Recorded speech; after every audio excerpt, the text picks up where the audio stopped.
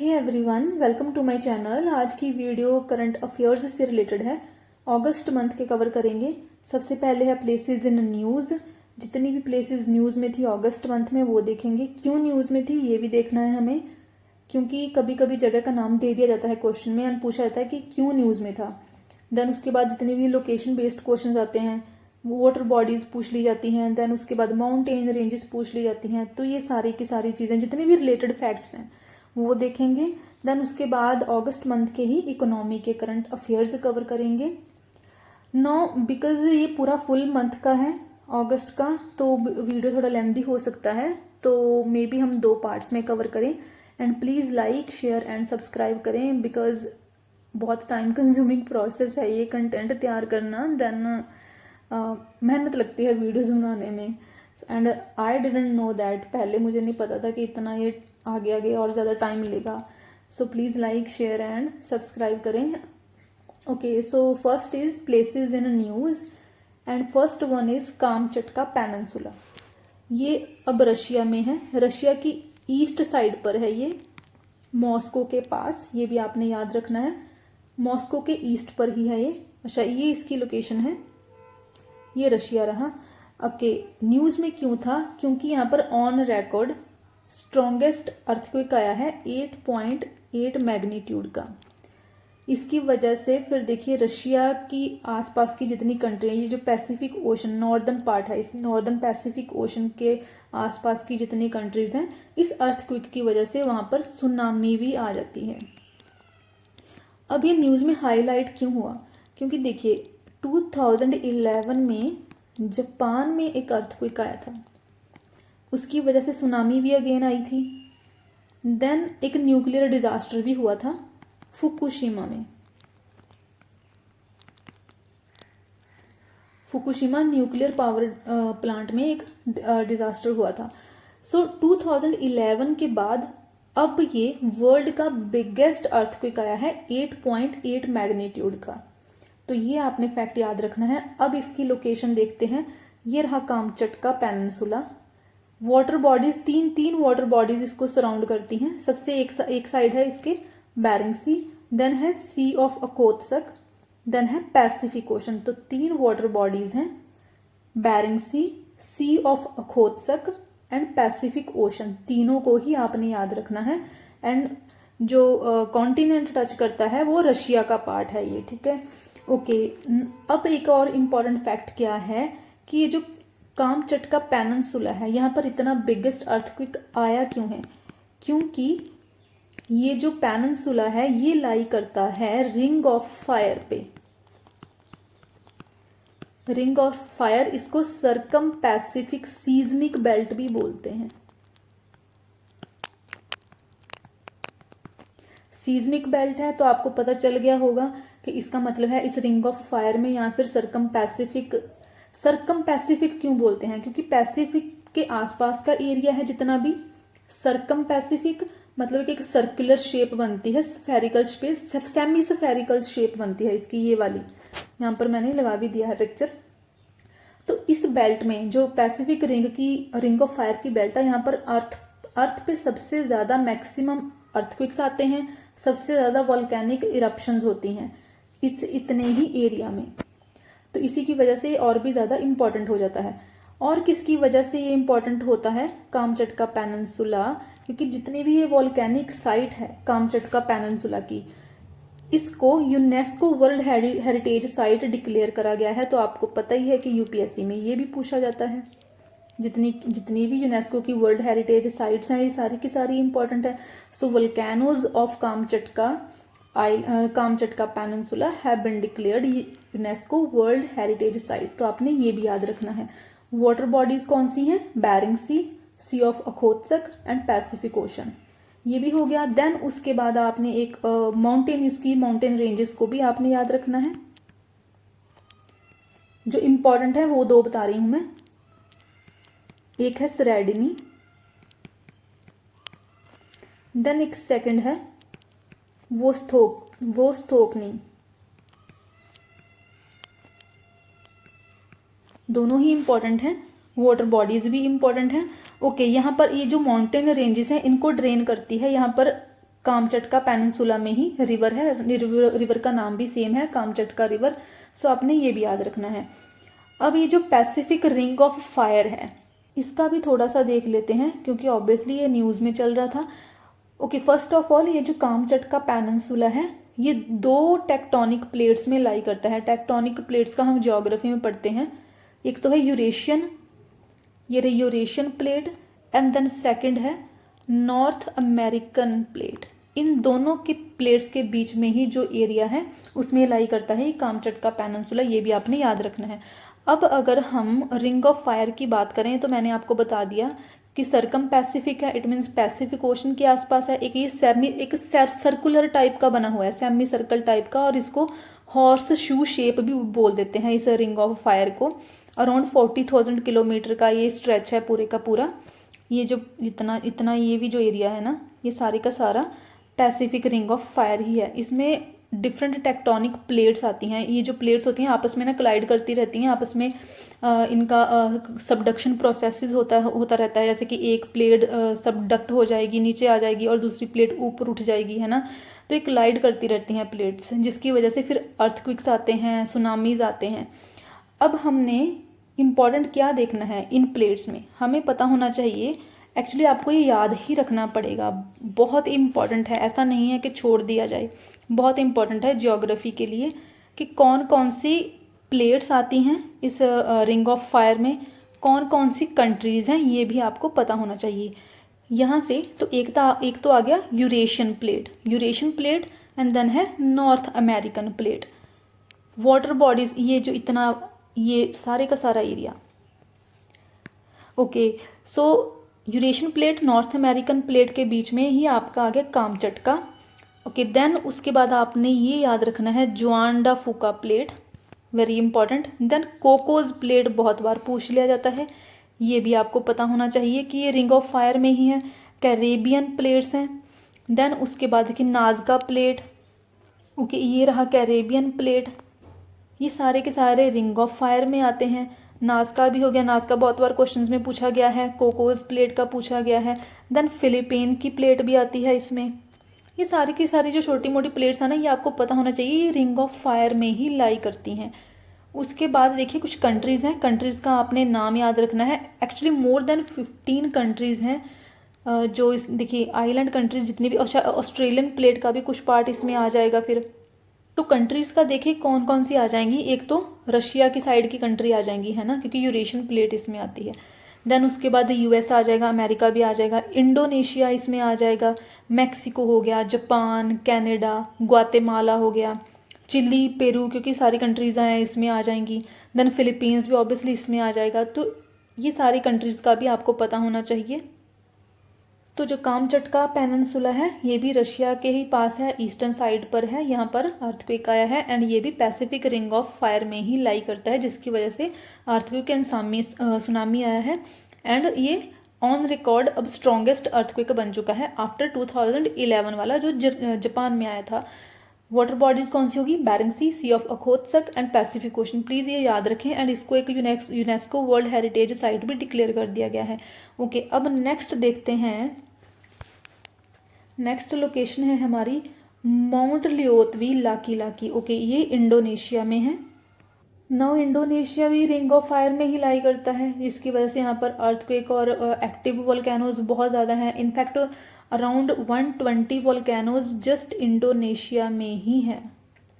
Okay, अब ये जो माउंट लियोतवी लाकी है ये न्यूज़ में क्यों था? क्योंकि ये कॉन्सिक्यूटिवली 2 स्ट्रेट डेज के लिए, 2 दिन के लिए लगातार यहाँ पर वोल्केनिक इरप्शंस हुई हैं। तो ये आपको याद रखना है। तो 2 दिन लगातार यहाँ पर इरप्शंस होती रही हैं। एंड ये अब इंडोनेशिया का one of the largest active volcano बन गया है। किसके बाद? 2010 के माउंट मेरापी वोल्केनो के बाद। अब इसका भी आपको नाम याद रखना पड़ेगा। माउंट मेरापी भी देखिए इंडोनेशिया में ही एक एक्टिव वोल्केनो है, 2010 में था। काफ़ी ज़्यादा ये वायलेंट रहा था उस टाइम पर, बट उसके बाद अब ये जो 2 दिन के लिए माउंट लियोतवी लाकी है, ये 2 दिन के लिए लगातार एक्टिव था। तो ये भी अब इम्पॉर्टेंट हो जाता है, अब ये मोस्ट एक्टिव में आ गया है। अच्छा, और क्या इम्पॉर्टेंट है इसमें कि लाई कहाँ करता है, तो ये इंडोनेशिया का ये फ्लोर्स आइलैंड है, आइलैंड कंट्री है। तो ये जो आइलैंड है यहाँ पर माउंट लियोतवी लाकी है। और इसमें देखिए एक इम्पॉर्टेंट चीज़ है कि जो वोल्केनो है माउंट लियोतवी, ये इसको बोला जाता है कि ये ट्विन पीक सिस्टम का पार्ट है। इसको आपने एज इट इज़ याद रखना है। ट्विन पीक सिस्टम का पार्ट मतलब क्या है कि ये जो लियोतवी वर्ड है वहाँ पर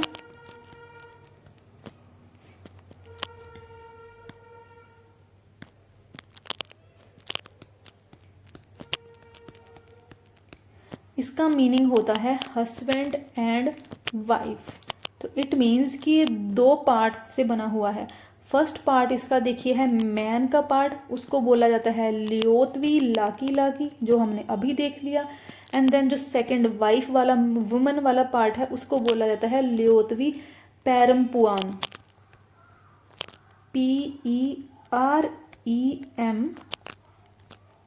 प्लीज़ ये स्पेलिंग्स भी याद रख लें। तो ये दो स्ट्रेटो वोल्केनोज है, कौन से, लियोतवी लाकी जो कि मैन पार्ट है, ये भी स्ट्रेटो वोल्केनो है। एंड देन है लियोतवी प्रैम्पुआन, तो ये भी एक वुमन पार्ट है, तो ये भी स्ट्रेटो वोल्केनो है। तो ये दो पार्ट से बना हुआ है, ये एक इम्पॉर्टेंट फैक्ट है, आपने याद रखना है। पैसिफिक रिंग ऑफ फायर का हमने देख लिया है।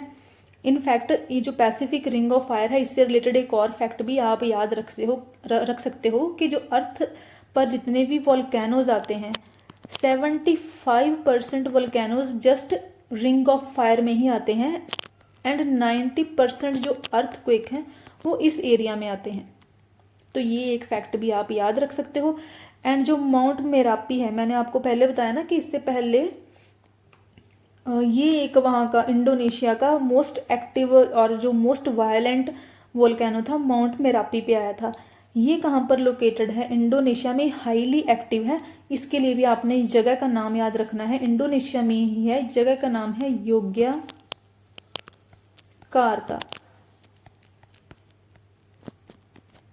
YOGYAKARTA। तो प्लीज़ स्पेलिंग भी नोट करके रख लें। अब ये क्यों न्यूज़ में था उस टाइम, क्योंकि ये वायलेंट, मैंने बोला ना ये बहुत ज़्यादा वायलेंट था उस टाइम पर। क्यों वायलेंट था, क्योंकि बहुत ही ज़्यादा अमाउंट में डेडली पायरोक्लास्टिक फ्लो हुआ था उस वोल्केनो से। अच्छा, ये सारी जितनी भी चीज़ें हैं ना हमने वैसे ज्योग्राफी में कवर करनी है। इनफैक्ट मैंने कुछ ज्योग्राफी की वीडियोज शायद बना भी रखी हैं एंड उसमें मैंने सारे फैक्ट्स शायद कवर भी करे हुए हैं। पायरोक्लास्टिक मटीरियल क्या होता है, इसमें बहुत ही ज़्यादा अमाउंट में वोल्केनिक डेब्रिस बाहर आता है, हॉट गैस बाहर आती है वोल्केनिक इरप्शन की वजह से। बेसिकली आप बोल सकते हो कि जैसे माउंटेन एवलांचेस होते हैं ना, वैसे ही वोल्केनिक डेब्रिस के एंड हॉट गैस के वैसे ही एवलांचेस से आने लग जाते हैं बहुत ही हाई स्पीड के ऊपर, और बहुत डेडली गैसेज होती हैं ये। तो वो सारे का सारा पायरोक्लास्टिक मटीरियल ही होता है। और इसका इतना ज़्यादा हाई फ्लो था माउंट मेरापी, तो जिसकी वजह से ये जो वोल्केनिक इरप्शन हुई थी उस टाइम पर काफ़ी ज़्यादा वायलेंट थी। उसके बाद अब जो इरप्शन हुई है, इनफैक्ट जो अब हाईली एक्टिव वोल्केनो बन गया है वो है माउंट लियोतवी। ये मोस्ट रिसेंट है, तो आपने ये याद रखना है, अगस्त की ही ये न्यूज़ में था। ओके, देन उसके बाद जो नेक्स्ट है हमारा, ओके, ये एक मॉस्क कैथीड्रल ऑफ कोर्डोबा। अच्छा, ये सिंपल सा है। ये पहले एक मॉस्क हुआ करती थी जिसको बाद में क्रिश्चियंस ने इस मॉस्क की जगह जो साइट थी उसको कॉन्क्वेस्ट कर लिया था वापस से। तो देन उसको फिर उस मॉस्क की जगह पर फिर चर्च बन गया था, जिसकी वजह से इसको बोला जाता है मॉस्क कैथीड्रल ऑफ कोर्डोबा। अब ये कहाँ पर है, तो ये है स्पेन में, ये रहा। हमारे लिए अब क्या इंपॉर्टेंट है, हमने वाटर बॉडीज भी देखनी है ना। तो स्पेन की साइड देखिए, एक साइड है बे ऑफ बिस्के, देन है मेडिटेरेनियन सी। इस साइड से इस साइड से है अटलांटिक ओशन एंड साइड में है पोर्चुगल, एंड ऊपर की साइड पर क्या है, फ्रांस है। तो वाटर बॉडीज कौन सी हुई, बे ऑफ बिस्के स्पेन को सराउंड करती है, स्पेन में ही है ये जो मॉस्क कैथीड्रल है। देन है दूसरी साइड, ईस्टर्न साइड की बात करें तो है मेडिटेरेनियन सी। देन वेस्ट की साइड है अटलांटिक ओशन, वेस्ट की ही साइड है पोर्चुगल। एंड अगर अपवर्ड साइड देखें नॉर्थ ईस्ट की साइड, देन है फ्रांस। एक दो फैक्ट इसमें आपने याद रखने हैं। सबसे पहले तो अच्छा, ये न्यूज़ में क्यों था, क्योंकि ये एक काफ़ी हिस्टोरिकल साइट है। इनफैक्ट ये इस्लामिक आर्किटेक्चर का एक मास्टरपीस माना जाता है कि वहाँ जब ये मॉस्क थी जिस जगह पर, तो वहाँ का आर्किटेक्चर बहुत बढ़िया आर्किटेक्चर था, तो it is considered as a masterpiece of Islamic architecture. अब यहाँ पर एक फायर का ब्रेकआउट हुआ था, फायर लग गई थी, यहाँ पर आग लग गई थी। कोर्डोबा जगह है, और ये है कहाँ पर? फायर का जो ब्रेकआउट हुआ था, ला मेस्कीटा, ये आपने याद रखना है, ला मेस्कीटा, इस जगह पर ये मॉस्क है।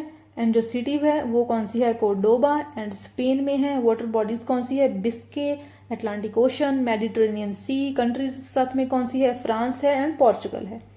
ओके, देन नेक्स्ट है हमारा ग्लेशियर। सबसे पहले तो यूपीएससी वाले यही पूछ सकते हैं कि पेरिटो मोरेनो है क्या, तो ये एक ग्लेशियर है। पेरिटो मोरेनो क्या है? एक ग्लेशियर है, ये आपने याद रखना है। कहाँ पर है ये? अर्जेंटीना में। अर्जेंटीना में एक सिटी है एल कैलाफेट, इस सिटी में इसकी लोकेशन है पेरिटो मोरेनो की। इस सिटी में देखिए एक है नेशनल पार्क लॉस, इसका प्लीज नाम याद रखें। नाम क्यों इंपॉर्टेंट है? क्योंकि ये भी एक यूनेस्को वर्ल्ड हेरिटेज साइट है। Loss glaciers, sorry for pronunciation, इनके थोड़े नाम डिफरेंट से हैं।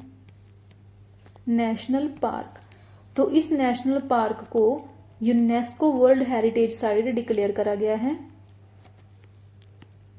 जिसकी वजह से फिर ये भी इंपॉर्टेंट हो जाता है। ये लॉस ग्लेशियर्स नेशनल पार्क, ये कहाँ पर है? एल कैलाफेट सिटी में। एंड ये सिटी कहाँ पर है? अर्जेंटीना में।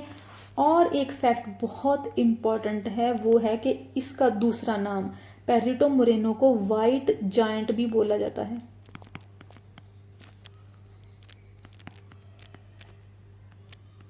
No, why this glacier was in news? Because it has been thinning. ये काफ़ी ज़्यादा, इसकी जो आइस है ना, आइस इसकी बहुत ही एक्सेलरेटेड रेट पर कम हो रही है सिंस 2019, और अब कुछ सालों से, क्योंकि अगस्त में ये न्यूज़ में रहा है। क्यों न्यूज़ में रहा है? क्योंकि अभी रिसेंटली और भी ज़्यादा एक्सेलरेटेड रेट पर बहुत ही शार्पली आइस की थिनिंग हुई है। ये वही सेम न्यूज़ है कि टेम्परेचर के राइज होने की वजह से ग्लेशियर्स जो पिघल रहे हैं, उसी की वजह से ही ये न्यूज़ में था। और एक फैक्ट आपने अब क्यों याद रखना है? ओके, अच्छा हाँ, पहले तो अर्जेंटीना कहाँ पर है? यह है साउथ अमेरिका में, है ना। एंड साउथ अमेरिका में है एंड्स माउंटेन, है ना। तो यहाँ पर एक माउंटेन रेंज भी है, उसी माउंटेन रेंज पर ही ये लाई करता है। साउथ अमेरिका में है, अर्जेंटीना में, पेरिटो मोरेनो। और एक इसकी स्पेशलिटी क्या है कि ये जो अर्जेंटीना है उसके लिए फ्रेश वाटर का सोर्स है। जैसे हमारे यहाँ पर बहुत सारी वाटर बॉडीज होती हैं, रिवर्स होती हैं, जो कि फ्रेश वाटर का सोर्स होती हैं, है ना, उसको कंज्यूम करा जा सकता है। ऐसे ही ये भी फ्रेश वाटर का सोर्स है एक अर्जेंटीना के लिए। अब देखिए, एक ना ज्योग्राफी का कॉन्सेप्ट है आइस काविंग फिनोमिना, ये इसी से ही रिलेटेड है। क्योंकि आइस की थिनिंग हो रही है, आइस कम हो रही है, तो ग्लेशियर पिघल रहे हैं टेम्परेचर राइज की वजह से, है ना। ग्लेशियर अगर पिघलेगा, इट मीन्स जो आइस का कोई ब्लॉक होगा वो टूट कर गिरेगा पानी में, है ना। तो जब क्लोसल ब्लॉक्स ऑफ आइस, जब बहुत बड़े आइस के जो ब्लॉक्स होते हैं वो एक ग्लेशियर से टूट कर पानी में गिर जाते हैं, वाटर में वो गिर जाते हैं, तो इस प्रोसेस को बोला जाता है आइस काविंग प्रोसेस। बहुत ही हाई साउंड इससे प्रोड्यूस होती है इस प्रोसेस से। देन उसके बाद है एक इटालियन हाइड्रो इलेक्ट्रिक प्रोजेक्ट, ये भी न्यूज़ में था। इटालियन कहाँ पर है? ये अरुणाचल प्रदेश में है। वहाँ पर ये इलेक्ट्रिसिटी प्रोड्यूस करने के लिए प्रोजेक्ट चलाया जा रहा है। एंड जो इन्वायरमेंट मिनिस्ट्री है हमारी, यूनियन इन्वायरमेंट मिनिस्ट्री, उसने क्लियरेंस के लिए बोला है, इन्वायरमेंटल क्लियरेंस के लिए, जिसकी वजह से फिर ये न्यूज़ में था। कितने मेगावाट प्रोड्यूस करा जाएगा? 3087 megawatt. Etalin hydro electric project Arunachal Pradesh की दिबांग वैली में है। अब हमारे लिए क्या इम्पोर्टेंट है, ये दिबांग वैली। ओके, ये रही दिबांग रिवर। अब ये जो दिबांग रिवर है ना, ये ब्रह्मपुत्रा की ही एक ट्राइब्यूटरी है। मैप मुझे प्रॉपर इसका मिला नहीं, तो मैंने बस यही लगा दिया हुआ है। लेफ्ट बैंक ट्राइब्यूटरी है ये ब्रह्मपुत्र की, दिबांग वैली। ओके, ये जो दिबांग वैली है, अब इसकी भी आगे कुछ ट्राइब्यूटरीज हैं, इनके भी नाम आपको याद रखने होंगे, यूपीएससी पूछ लेता है। ओके, ये जो इटालियन हाइड्रो इलेक्ट्रिक प्रोजेक्ट है, ये 2 रिवर्स पे बनेगा। सबसे पहले है एक दरी रिवर एंड देन है तंगोन रिवर। ये पहले याद रखें आप। जो दरी है ये दिबांग रिवर की ही एक ट्राइब्यूटरी है, एंड जो तंगोन रिवर है ना, ये इटालियन विलेज में है। इटालियन अरुणाचल प्रदेश का एक विलेज है, यहाँ पर है ये। एंड इस जगह पर आकर ही जो रिवर है, ये जो मेन रिवर आती है ब्रह्मपुत्रा से, उसको तंगोन जब आती है तो यहाँ पर इसको दिबांग रिवर बोल दिया जाता है। बेसिकली रिवर सेम ही है, नाम चेंज हो गया। तो 2 जगह पर 2 रिवर्स पर ये बन रहा है, दरी एंड तंगोन। अब देखते हैं ये जो इसकी दिबांग वैली की जो मेन ट्राइब्यूटरीज हैं, वो एक तो पहले दरी ही हो गया, देन है मथुन,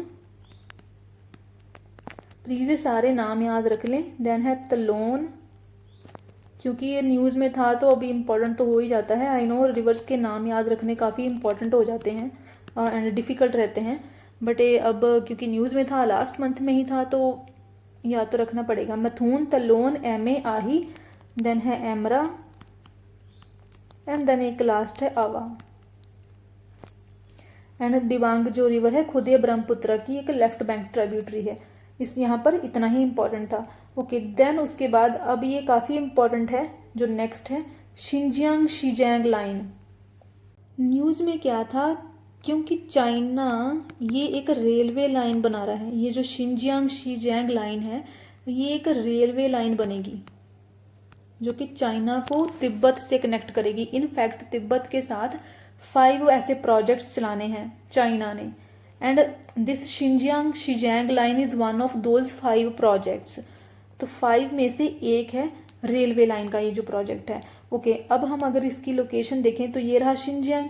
जो रेलवे लाइन होगी वो कहाँ से होगी, शिनजियांग का आपने अब होतान भी याद रखना है। होतान से लेकर ये जो चाइना वाला पार्ट हो गया ना, अच्छा इसको बोलते हैं शिनजियांग। ओके, ये जो शिनजियांग वाला एरिया है इसको बोलते हैं शिनजियांग उइगर ऑटोनोमस रीजन। ये चाइना के नॉर्थ वेस्ट में है। एंड कनेक्ट कैसे करेगा, देखिए होतांग को, ये होतान को कनेक्ट करेगा तिब्बत से। तिब्बत से कैसे कनेक्ट करेगा, यहाँ पर है शिगास्ते एंड लोहासा, दोनों को कनेक्ट करेगा। यहाँ पर आएगी ये रेलवे लाइन सबसे पहले कहाँ पर, शिगास्ते एंड लहासा, ये कहाँ पर है, तिब्बत में।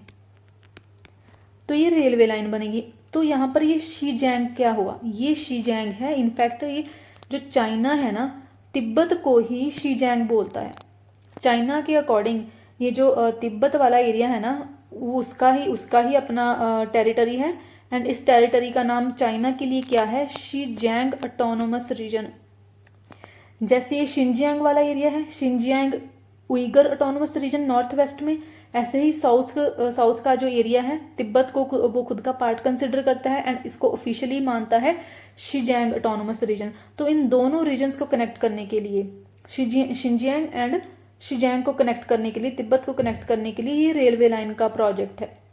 शिनजियांग चाइना के लिए इम्पॉर्टेंट क्यों है, ऑल्दो ये इतना ज़्यादा पॉपुलेटेड एरिया नहीं है। उइगर वर्ड से आप समझ ही चुके होंगे, है ना, काफ़ी ज़्यादा ये डिबेट में भी रहता है ये वाला जो एरिया है चाइना का। तो देखिए यहाँ पर फॉरेस्टेड एरिया है, डेजर्ट वाला पार्ट भी है इसमें। किसके साथ बॉर्डर करता है, एक तो है रशिया के साथ, अभी पूरा मैप है नहीं यहाँ पर ये, बट ये रशिया को भी बॉर्डर करता है, पाकिस्तान के साथ, एंड बहुत सारी और भी सेंट्रल एशियन कंट्रीज हैं। इंपॉर्टेंट क्यों बन जाता है ये रीजन, क्योंकि यहाँ पर बहुत सारे नेचुरल रिसोर्सेज हैं। इंपॉर्टेंट क्या है कि यहाँ पर बहुत सारे नेचुरल रिसोर्सेज हैं, जैसे कि ऑयल हो गया, गैस हो गया, एंड रेयर अर्थ मेटल्स हो गई। इसके साथ ही ये चाइना के लिए एक स्ट्रेटेजिक बफर का भी काम करता है। ये जो शिनजियांग वाला एरिया है ना, ये स्ट्रेटेजिक बफर का भी काम करता है, क्योंकि जो चाइना का वेस्टवर्ड इन्फ्लुएंस है इसी एरिया की वजह से ही है। और अब तो देखिए चाइना का तिब्बत में ऐसे 5 रेलवे कॉरिडोर्स का ऐसे प्रोजेक्ट भी चल रहा है। एक ये वाली शिनजियांग वाली लाइन होगी, ऐसे ही 4 और प्रोजेक्ट्स भी हैं।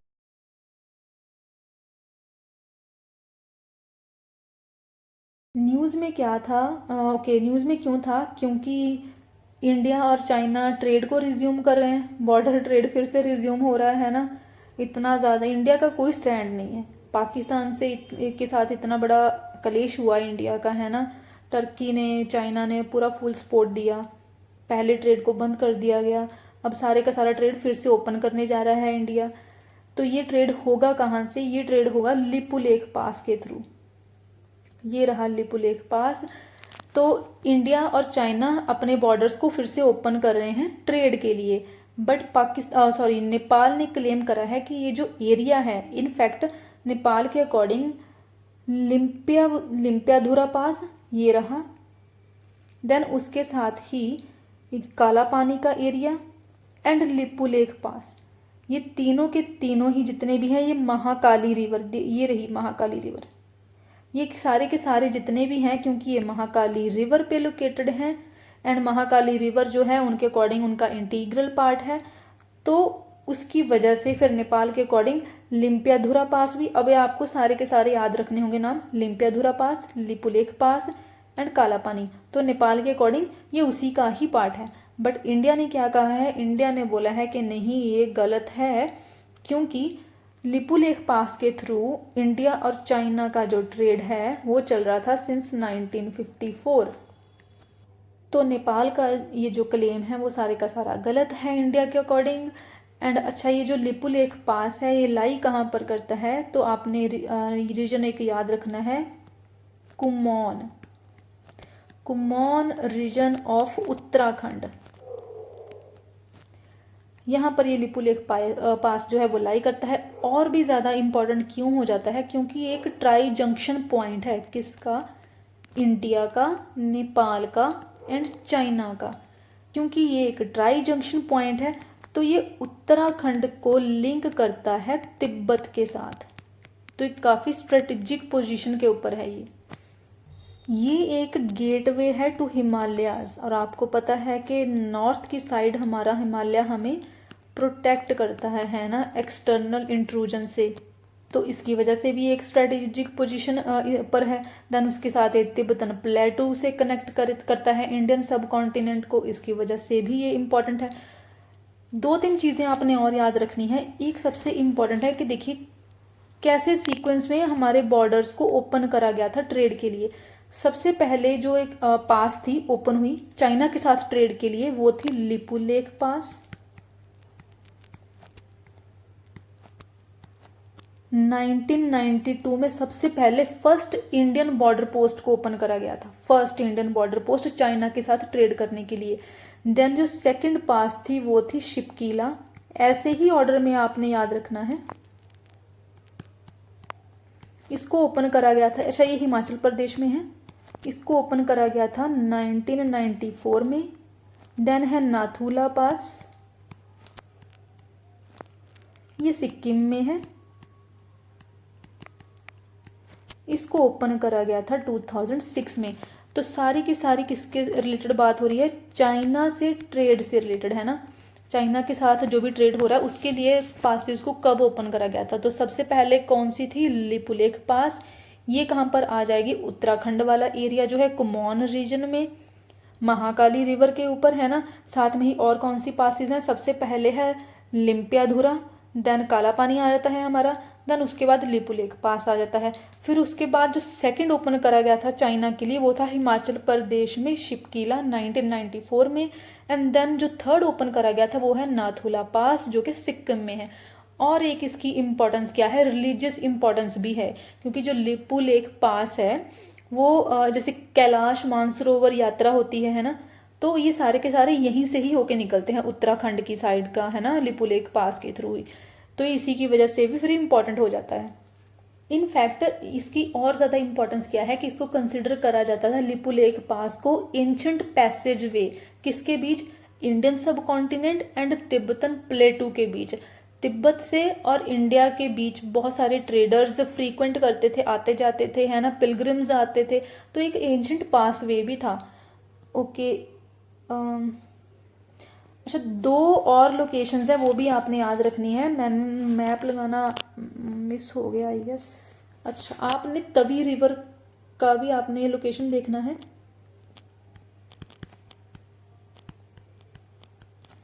आपको पता है अभी रिसेंटली पंजाब, हिमाचल प्रदेश, इन सारे एरिया में, इनफैक्ट बहुत जगह पर कैसे फ्लड्स का सिचुएशन बना हुआ है ना। तो इंडिया ने पाकिस्तान को एक्चुअली अलर्ट करा है। ये तवी रिवर जो है ना, ये इंडस वैली वाला सारा जो सिस्टम है वहां पर है। तो इंडिया ने पाकिस्तान को अलर्ट करा है ऑन ह्यूमैनिटेरियन ग्राउंड्स कि जो तवी रिवर है वहां पर हाई फ्लड्स आ सकते हैं। किसकी ट्राइब्यूटरी है? तो ये चेनाब रिवर की ट्राइब्यूटरी है। ये प्लीज आप एक बार इसका लोकेशन देख लें। चेनाब रिवर उसकी ये ट्राइब्यूटरी है। अच्छा, लेफ्ट बैंक ट्राइब्यूटरी है ये।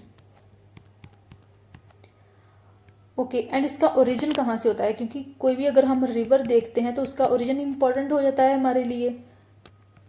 तो ये है कैलाश कुंड।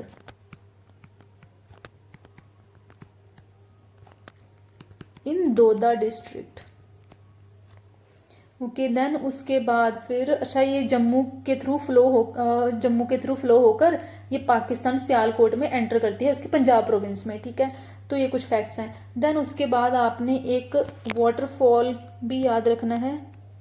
अच्छा, तो तवी रिवर कहाँ पर है? इंडिया में, लेकिन ये कैलाश कुंड से होकर ओरिजिनेट होती है, देन जम्मू से होकर पाकिस्तान में जाती है ये, ठीक है। चिनाब की लेफ्ट बैंक ट्राइब्यूटरी है। इतना इसके लिए फैक्ट काफ़ी है। बट आप प्लीज़ एक और मैप पे इसको देख लीजिएगा। देन उसके बाद आपने देखना है डोडुमा वाटरफॉल। ये कहाँ पर है? तो ये है ओडिशा में, हमारे ओडिशा में है। DUMA, डोडुमा waterfall.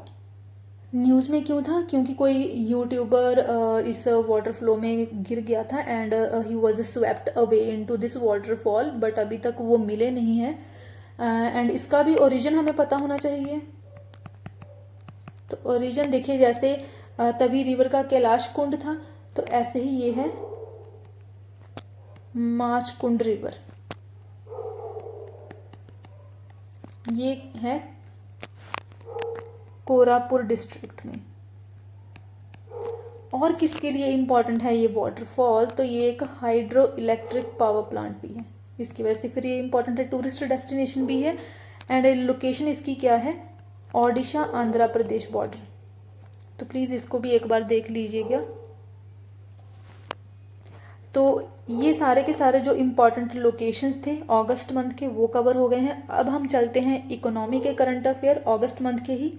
So Indian economy का सबसे पहला जो आर्टिकल है, अच्छा आप ना ये जो नेम है आप एज इट इज़ ही लिख कर अगर आप गूगल करोगे तो या तो आपको द हिंदू का आर्टिकल मिल जाएगा या फिर आपको इंडियन एक्सप्रेस का, किसी भी और का भी ऐसे मिल सकता है, जैसे इकोनॉमिक टाइम्स का, है ना। तो अगर आपको खुद भी पढ़ना हुआ तो ये आप जस्ट ऐसे ही लिख देना, सारे का सारा आर्टिकल आ जाएगा। बट स्टिल मुझे नहीं लगता कि ज़रूरत पढ़नी चाहिए, क्योंकि जो मैक्सिमम फैक्ट्स हैं या फिर अगर कोई एनालिसिस वगैरह है वो सारे का सारा मैंने इन नोट्स में इंक्लूड करा हुआ है। तो देखिए, सबसे पहले तो क्या है, GDP surprise, services pushes up Q1 growth to 5 quarter high of 7.8%। Okay, so GDP का ग्रोथ हुआ है। अभी याद रखें ये जो ग्रोथ की बात हो रही है, अच्छा आपने इससे पहले ना जीडीपी की और जीएनपी वगैरह जो भी सारे कॉन्सेप्ट्स होते हैं, एनएनपी वगैरह, है ना, एंड जो भी सारे कॉन्सेप्ट्स हैं, मैं इससे पहले वाली 2 वीडियोस में बता चुकी हूँ, तो प्लीज़ उनको जाकर देख लें।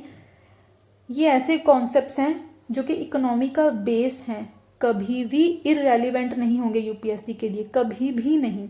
आपने इकोनॉमी का कोई भी कॉन्सेप्ट पढ़ना है ना, कोई भी न्यूज़ आर्टिकल आ जाएगा, कहीं ना कहीं आपको मिल जाएगा, जीडीपी मिल जाएगा, जीवीए वगैरह जो भी होता है, एनएनपी वगैरह है ना, पर कैपिटा इनकम वगैरह, ये सारे के सारे आपको मिल ही जाएंगे। तो आप हर बार, ऐसा तो नहीं होगा आपका टाइम वेस्ट होगा अगर अगर हर बार सपोज कि कोई कॉन्सेप्ट आ गया, जीडीपी ही आ गया या फिर पर कैपिटा ही आ गया एक न्यूज़ आर्टिकल में, ऐसा तो नहीं होगा कि आप हर बार ही उस कॉन्सेप्ट को पहले समझने जाओगे, है ना। तो बेटर है कि एक बार पहले इन सारे बेसिक कॉन्सेप्ट्स को ही समझ लिया जाए। सो प्लीज़ इन आर्टिकल्स से पहले वो वाली वीडियोस को जाकर जरूर देख लें अगर आपने इन सारी चीज़ों को समझना है, क्योंकि अदरवाइज अगर मैं यहाँ पर जीडीपी को सारा एक्सप्लेन करने लग जाऊंगी ना, क्योंकि बहुत सारी चीज़ें हैं इसमें, नॉमिनल जीडीपी, रियल जीडीपी, इसके कैलकुलेशन के मेथड्स, बहुत सारी चीज़ें हैं, है ना, बेस रेट रिवीजन वगैरह सब कुछ करवा चुकी हूँ वो, तो वो रेपिटेशन हो जाएगा एंड टाइम वेस्ट भी जाएगा उसमें आपका भी, है ना। सो ओके, क्योंकि सर्विसेज ने पुश करा है जीडीपी ग्रोथ को, कितना हुआ है, क्वार्टर की बात हो रही है यहाँ पर 7.8% का। तो न्यूज़ क्या है, strong services sector actively helped GDP growth comfortably beating expectations, ठीक है। तो 7.8% का ग्रोथ हुआ है अप्रैल जून 2025 में। अगर जनवरी टू मार्च 2025 की बात करें तो ये 7.4% था। अगर हम लास्ट फाइनेंशियल ईयर की बात करें, ये फाइनेंशियल ईयर अभी रिसेंट वाले की बात हो रही है, अगर पहले वाले 2024-25 की बात करें तो उसमें जस्ट 6.5% का ही ग्रोथ था, सेम क्वार्टर की बात हो रही है। अभी कितना ग्रोथ आ गया है, 7.8%। किसकी वजह से आया है, सर्विस सेक्टर की वजह से, क्योंकि अभी एक सेक्टर की ही बात हो रही है, क्योंकि देखिए सर्विसेज ने ही पुश करा है ऐसा ग्रोथ एक सेक्टर में, एक क्वार्टर में, है ना। तो यहाँ पर बात हो रही है, देखिए जीवीए की, हमने पढ़ लिया है जीडीपी वगैरह, है ना। अच्छा, ये मैंने प्रीवियस ईयर का क्वेश्चन भी लगा रखा है, ये प्रीलिम्स का है, ये मेंस का है, प्लीज इसको भी एक बार पढ़ लें। इनफैक्ट 2015 में 2-3 क्वेश्चन थे, मैंने सारे नहीं लगाए हैं यहाँ पर, तो प्लीज 2015 का एक बार क्वेश्चन पेपर देख लें। 2-3 क्वेश्चन है जो कि जीडीपी के ऊपर ही बेस्ड है, मार्केट प्राइस पे जीडीपी की बात करी गई है एक क्वेश्चन में, एक क्वेश्चन में बात करी गई है कि real GDP and nominal GDP का जो ग्रोथ हुआ है उसकी बात करी गई है ना। तो ये सारी चीज़ें मैं एक्सप्लेन कर चुकी हूँ। सो देखिए, सर्विसेज सेक्टर की वजह से जीडीपी का ग्रोथ हुआ है एक क्वार्टर में, तो इट मीन्स यहाँ पर क्या इंपॉर्टेंट हो जाता है हमारे लिए, जीवीए। न्यूज़ कितना था, न्यूज़ तो बस ये है कि अप्रैल जून 2025 में 7.8% का जीडीपी ग्रोथ हुआ है ना। ये रहा, सारे मैंने फैक्ट्स लिख दिए हुए हैं। बट हमारे लिए न्यूज़ के अलावा कौन इंपॉर्टेंट हो जाता है, अब क्या इंपॉर्टेंट हो जाता है, जीवीए, क्योंकि एक सेक्टर की बात हो रही है। इससे हमें पता चलता है कि अभी भी देखिए कितना ग्लोबल टर्बुलेंस चल रहा है। ग्लोबल टर्बुलेंस का मतलब कि पूरी जो हर एक वर्ल्ड की जो इकोनॉमी है ना, पूरी वर्ल्ड की इकोनॉमी इस टाइम पर टर्बुलेंट टाइम देख रही है ना। चाहे वो यूएसए का हो, यूएसए की भी इकोनॉमी कुछ अच्छा नहीं कर रही है, ऐसे ही कनाडा हो गया, इनफैक्ट यूनाइटेड किंगडम की इकोनॉमी इतना ज़्यादा बुरी सिचुएशन में है। इनफैक्ट अभी आज का ही मैंने न्यूज़ देखा था कि कैसे वो वापस यूनाइटेड किंगडम के बोल रहे हैं कि ऋषि सुनाक को वापस लेके आया जाए, है ना। तो ऐसे टर्बुलेंट टाइम चल रहे हैं, वॉर्स चल रही हैं, रशिया की यूक्रेन, है ना, इसराइल वगैरह के जो गाजा पट्टी वाला रीजन है वो चल रहा है, हमारा इंडिया का पाकिस्तान के साथ। इन सारी चीज़ों के बावजूद देखिए हमारा जो सर्विस सेक्टर है वो इतना फास्ट ग्रो कर रहा है, जिसकी वजह से अभी भी एक्सपर्ट्स क्या बोल रहे हैं कि इंडिया की पोजीशन कंसोलिडेट होती है। इंडिया वर्ल्ड की फास्टेस्ट ग्रोइंग इकोनॉमी है, लार्ज इकोनॉमी है इंडिया की। अच्छा, जो आरबीआई है उसने क्या फोरकास्ट करा था कि सिर्फ 6.5% ही ग्रो होगा, बट देखिए ग्रोथ कितना हुआ, 7.8% का, है ना। आरबीआई भी तो अपना डाटा निकालती होती है ना, आरबीआई मॉनेटरी पॉलिसी भी निकालती है। तो आरबीआई का जो फोरकास्ट था वो 6.5% था। अब इसको आप यूज़ कैसे कर सकते हो, देखिए ऐसा तो नहीं आएगा क्वेश्चन में, जो प्रीलिम्स की अगर बात करें कि आरबीआई ने कितना फोरकास्ट करा था, हो सकता है, बट यूपीएससी अनप्रेडिक्टेबल है, हो सकता है पूछ लिया जाए, बट आप मेंस में यूज़ कर सकते हो इस चीज़ को, है ना। अब हमने सेक्टरल परफॉर्मेंस को देखना है, यही काफ़ी इंपॉर्टेंट डाटा है। सेक्टरल परफॉर्मेंस यहाँ मतलब कि यहाँ पर ग्रॉस वैल्यू एडेड की, दैट इज जीवीए की बात हो रही है। जीवीए क्या देखता है, हर एक इंडस्ट्री, हर एक हमारा जो सेक्टर है वो कितना कंट्रीब्यूट कर रहा है जीडीपी में। कैसे कंट्रीब्यूशन हुआ है देखिए, सर्विस सेक्टर सबसे पहले इसने 9.3% का कंट्रीब्यूशन दिया है, 2 ईयर का हाई है ये सारी की सारी चीज़ें प्लीज़ आप पढ़ लीजिएगा। ओके, इस डाटा को छोड़ दीजिएगा आप, बस इतना याद रखें कि सर्विस सेक्टर ने सबसे मैक्सिमम कंट्रीब्यूट करा है 9.3% का, ये 2 ईयर का हाई गया है, जिसकी वजह से फिर ये जीडीपी में जंप आया है। एक क्वार्टर की बात हो रही है। एग्रीकल्चर का कितना कंट्रीब्यूशन है, 3.7%, ये भी इम्प्रूव हुआ है ना। मैन्युफैक्चरिंग सेक्टर का 7.7% है। कंस्ट्रक्शन सारा मैन्युफैक्चरिंग में आता है, 7.6% है। माइनिंग एंड यूटिलिटी ये वीक रहा है ड्यू टू हैवी रेनफॉल, जो कि अभी भी चल रहे हैं, and lower power demand. Overall GVA growth कितना है, 7.6%। बट आपके लिए इंपॉर्टेंट अब क्या हो जाता है, सर्विस सेक्टर का, जो कि 9.3% है जीवीए। अब हमने देखना है कि जीवीए है क्या। जीवीए जैसे कि पहले बताया कि एक सेक्टर का या फिर एक इंडस्ट्री का किसी इकोनॉमी में कितना कंट्रीब्यूशन है, ओवरऑल में कितना कंट्रीब्यूशन है। इट मीन्स कि ये हमें इंडस्ट्री और किसी एक सेक्टर का नेट कंट्रीब्यूशन बताएगा, जैसे कि एग्रीकल्चर एक सेक्टर हो गया है ना, माइनिंग एक सेक्टर हो गया, सर्विस एक सेक्टर हो गया। हर किसी सेक्टर का हमें पता चल जाएगा इस जीवीए से। जीवीए हम कैलकुलेट कैसे करते हैं, गुड्स एंड सर्विसेज की जो टोटल वैल्यू है किसी इकोनॉमी में, इस टोटल वैल्यू से हमें माइनस करना होगा इंटरमीडिएट कंजम्पशन।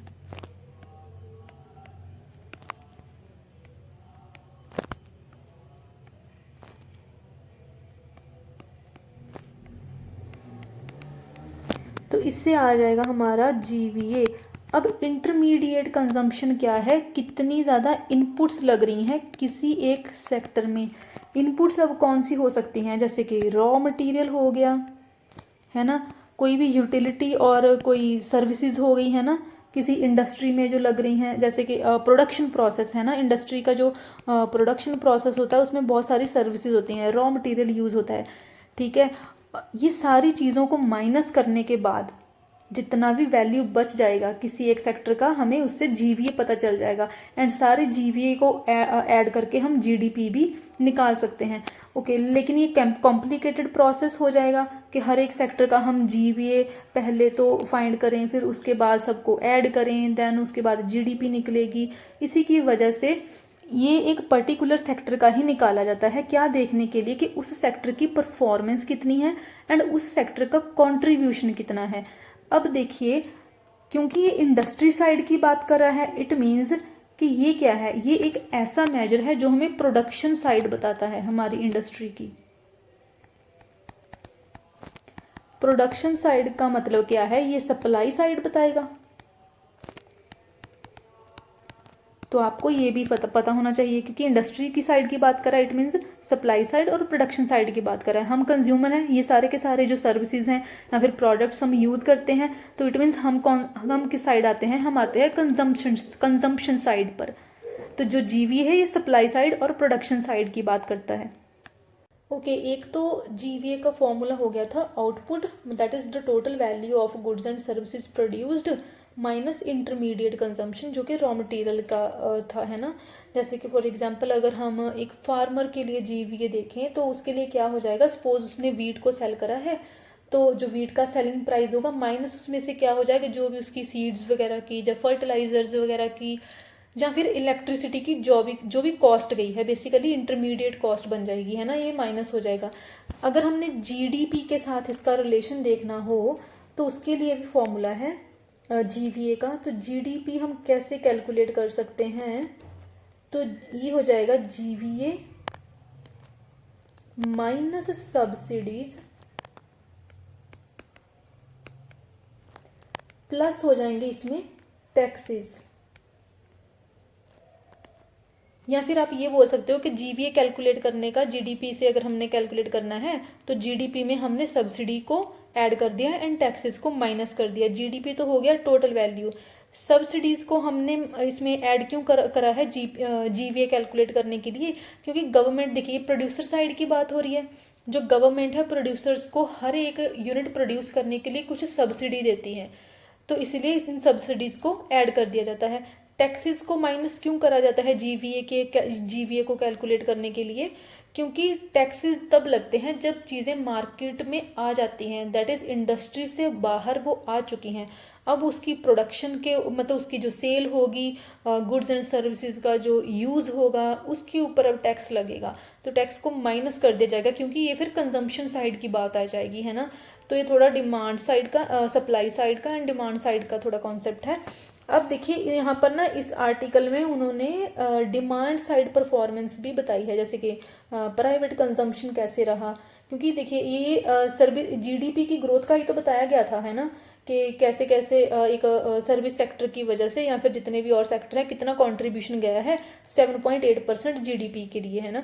तो जीडीपी हम ऑलरेडी समझ चुके हैं, रिलेटेड सारे कॉन्सेप्ट देख चुके हैं, है ना, जितने भी नेशनल इनकम के बाकी के कॉन्सेप्ट थे वो भी देख चुके हैं। एक जीवीए रहता था वो यहाँ पर अब हो गया, इतना कोई डिफिकल्ट था नहीं है।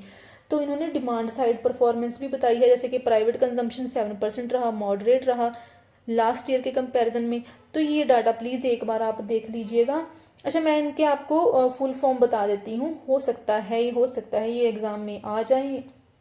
प्राइवेट कंजम्पशन का आपको पता ही है, हमारी साइड की कंजम्पशन है ना, तो PFCE यहाँ पर क्या है, ये है प्राइवेट फाइनल कंजम्पशन एक्सपेंडिचर। जो हाउस होल्ड रेजिडेंट्स वगैरह हैं उनकी टोटल एक्सपेंसेस कितने हुए हैं, कितना एक्सपेंडिचर हुआ है फाइनल गुड्स एंड सर्विसेज के ऊपर, है ना। देन है इन्वेस्टमेंट। इन्वेस्टमेंट में देखिए है हमारे यहाँ पर GFCF लिखा हुआ है, तो ये है गवर्नमेंट, ओके सॉरी ये गलत हो गया, ये गवर्नमेंट नहीं है, ये थोड़ा इम्पॉर्टेंट है, प्लीज़ आपने याद रखना है, ये है ग्रॉस फिक्स्ड कैपिटल फॉर्मेशन। देखिए ये जो PFCE था ये प्राइवेट कंजम्पशन से रिलेटेड था, मतलब जो हम लोग एक्सपेंडिचर करेंगे, एंड जो GFCE होगा ये गवर्नमेंट साइड का एक्सपेंडिचर होगा। बट ये जो GFCF है ये है ग्रॉस फिक्स्ड कैपिटल फॉर्मेशन, ये इन्वेस्टमेंट से रिलेटेड है। देखिए ग्रॉस मतलब कि टोटल इन्वेस्टमेंट, फिक्स्ड है ये एसेट्स से रिलेटेड, कि जो फिक्स्ड एसेट्स होते हैं, एंड कैपिटल फॉर्मेशन, कितना कैपिटल फॉर्मेशन हो रहा है। तो इट मीन्स ये जो ग्रॉस फिक्स्ड कैपिटल फॉर्मेशन है ये हमें बताता है कि किसी भी इकोनॉमी के जो फिक्स्ड एसेट्स हैं उसमें ओके जो फिक्स्ड एसेट्स है वो कौन से हो सकते हैं, जैसे कि मशीन्स हो गए, है ना, बिल्डिंग्स वगैरह हो गई, जितना भी इंफ्रास्ट्रक्चर हो गया, ये सारे के सारे फिक्स्ड एसेट्स होते हैं, है ना। तो GFCF हमें बताता है कि किसी भी इकोनॉमी में इन फिक्स्ड एसेट्स में कितना इंक्रीज हो रहा है, एंड इंक्रीज होने का मतलब क्या है कि कितना कैपिटल फॉर्मेशन हो रहा है। जितना इन फिक्स्ड एसेट्स में इंक्रीज होगा उतना ही आगे हमारा कैपिटल फॉर्मेशन भी होगा, एंड उस फिर कैपिटल जो होगी उसको आगे हम फर्दर इन्वेस्टमेंट के लिए यूज़ करेंगे। तो ये थोड़ा था GFCF का, तो आप ये याद रख सकते हो। देन उसके बाद ये एक्सपोर्ट्स वगैरह, देखिए सारी बहुत बेसिक सी चीज़ें हैं, तो ये आप एक बार रीड कर लेना। अच्छा, जहाँ पर देखिए उन्होंने नॉमिनल GDP ग्रोथ भी बता दिया है, लोएस्ट है 3 क्वार्टर्स में 8.8%। अब नॉमिनल रियल का डिफरेंस आपको पहले वाली वीडियो में जाकर देखना होगा। देन उसके रीज़न क्या बताए हैं इन्होंने, जो लो इन्फ्लेशन, अभी हमारे इंडिया में लो इन्फ्लेशन की सिचुएशन चल रही है 1.18 समथिंग, और ये जो हेडलाइन इन्फ्लेशन है उसकी बात कर रही हूँ, कोर की नहीं। एंड ओके देन उसके बाद, क्योंकि अब हमारी जो इंडिया की इकोनॉमी है इस आर्टिकल के अकॉर्डिंग, क्योंकि इंडिया की इकोनॉमी फास्टेस्ट ग्रोइंग इकोनॉमी है, US के जो टैरिफ वाली सिचुएशन वो चल रही है, तो कुछ रिफॉर्म्स करे हैं इकोनॉमी को फर्दर बूस्ट करने के लिए, वो आपने रिफॉर्म्स भी याद रखने हैं। सबसे पहले तो अभी का जो मोस्ट रिसेंट है वो है कि GST का रैशनलाइजेशन कर दिया गया है, इसको हमने अलग से कवर भी करना है। वैसे तो अभी जस्ट 2 ही स्लैब रह गई हैं, ओके मैंने यहाँ पर लिखा है क्या, अच्छा हाँ, ये पीएम मोदी ने जीएसटी रैशनलाइजेशन का बोला था, है ना। तो अभी उस चीज़ को इम्प्लीमेंट कर दिया गया है। पहले की जो स्लैब्स थी उसको कम करके अभी 2 ही स्लैब्स कर दी गई हैं, एक है 5% की, देन एक है 18% की। ये चीज़ करी है। इससे क्या होगा, इससे कंजम्पशन बढ़ेगी। देखिए, कोई फर्क नहीं पड़ता कि इंडस्ट्री की साइड में कितना भी ज़्यादा सप्लाई हो रहा है चीज़ों का, चाहे बहुत ही ज़्यादा मैन्युफैक्चर हो रहा है, अगर कंजम्पशन ही नहीं होगी, है ना, लोगों के पास अगर पैसा नहीं है, इट मीन्स के वो कम पैसा खर्चेंगे, इट मीन्स कंजम्पशन कम होगी। तो कंजम्पशन को बढ़ाने के लिए ही इस जीएसटी को कम करा गया है। टैक्सेस को लोअर कर दिया गया है। जितनी भी डेली यूज़ की आइटम्स हैं, इसको हमने अलग से वैसे डिटेल में कवर करना है, ये डिफरेंट आर्टिकल है, पॉलिटी के साथ ही हम इसको कवर करेंगे जब पॉलिटी के करंट अफेयर होंगे। अभी जस्ट क्योंकि इकोनॉमिक पर्सपेक्टिव से आप मेंस में जस्ट इतना ही लिख पाओगे कि जीएसटी का रैशनलाइजेशन करा गया है, डायरेक्ट टैक्सेस को भी कट करा गया है। ओके हाँ, ये जो बजट 2025-26 का था, इसमें टैक्सेस को कट कर दिया गया है अंडर न्यू डायरेक्ट टैक्स रजीम। ये भी डिमांड को पुश करने के लिए करा गया है। अगेन कंजम्पशन को बढ़ाने के लिए, जितनी ज़्यादा कंजम्पशन बूस्ट होगी, ठीक है, उतना ही ज़्यादा जितना भी सामान मैन्युफैक्चर हुआ है, जो भी सप्लाई साइड में बना हुआ है, वो जो कंज्यूमर्स है कंज्यूम करेंगे, उतना ही ज़्यादा फिर जो अच्छा टैक्स कट करने की वजह से फिर जो लोग हैं उनके पास डिस्पोजेबल इनकम ज़्यादा होगी। डिस्पोजेबल इनकम क्या होती है कि अगर हम टैक्सेस पे कर देते हैं, उसके बाद इन हैंड हमारे पास जो है खर्चने के लिए कितना बच जाता है, वो हमारे लिए डिस्पोजेबल इनकम है।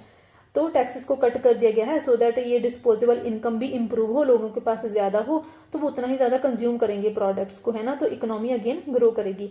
इंफ्रास्ट्रक्चर को भी पुश करा गया है। जो ये 2025 और 26 का ये बजट था, इसमें 11.20 लाख करोड़ का इंफ्रास्ट्रक्चर के ही लिए ही बजट रखा गया है। ये आप अपने आंसर में यूज़ कर सकते हो। जॉब क्रिएशन की भी बात करी गई है। फिर उसके साथ ही इंडिया ने देखिए इनोवेशन के ऊपर भी फोकस करा है इसी बजट में ही। जो बजट आया है इसमें डेडिकेटेड फंड्स लगाए गए हैं कि अलग से फंड्स होंगे इनोवेशन के लिए, मतलब जितनी भी ये टेक स्टार्टअप्स होंगे उनके लिए, एमएसएमईज के लिए अलग से एक डेडिकेटेड फंड्स होंगे इनके लिए, है ना, सो दैट इनोवेशन को सपोर्ट मिले। अच्छा, ये सारी चीज़ें करी क्यों हैं? एक तो जीडीपी का ग्रोथ हुआ है, ठीक है, फास्टेस्ट इकोनॉमी बन रही है हमारी इंडिया की, ऑल्दो लिविंग स्टैंडर्ड लोगों का ऐसा ही है, ये सारा सरफेस के ऊपर ही है, ठीक है, बट ये करा क्यों है स्टिल हमारे इंडिया ने? क्योंकि यूएसए ने 50% टैरिफ इम्पोज कर दिया था। क्यों इम्पोज कर दिया था? क्योंकि यूएसए को लगता था कि रशियन से ऑयल एंड जो रशियन ऑयल एंड आर्म्स वगैरह हैं, म्यूनिशन वगैरह है, वो हम इंडिया बाई कर रहा है ना, इंपोर्ट हो रहा है, इंडिया इंपोर्ट कर रहा है, तो इसकी वजह से वो कर दिया था। लेकिन अभी जो आज की न्यूज़ के अकॉर्डिंग जो ट्रम्प है उसका थोड़ा चेंज हो रहा है, क्योंकि यूएस की खुद की इकोनॉमी अभी डाउन साइड ट्रेंड पर चल रही है, उसकी इकोनॉमी अच्छा परफॉर्म नहीं कर रही है। तो ये सब चीज़ें देखिए चेंज होती रहेंगी, जो करंट होगा वो चेंज होता रहेगा। तो आपको क्या करना है, जो स्टैटिक कॉन्सेप्ट है वो तो आपको सीखने पड़ेंगे, है ना, जैसे वीडियोस बना रही हूँ वो साथ में देखते जाएं, जो न्यू चीज़ें आ रही हैं उसी जगह पर ही उनको ऐड करते जाएं। अगर आपने कहीं जीडीपी पढ़ा है तो जो भी लेटेस्ट अपडेट्स आ रही हैं अपने नोट्स में उसी जगह पर ही सारी की सारी लेटेस्ट अपडेट्स को ऐड करते जाएं। ऐसे ही नोट्स आपके सही रहेंगे, चाहे आप डिजिटल बना रहे हो या फिर हैंड रिटन बना रहे हो। बेटर है कि आप हैंड रिटन नोट बनाओ, क्योंकि उससे आपकी राइटिंग की भी प्रैक्टिस हो जाती है।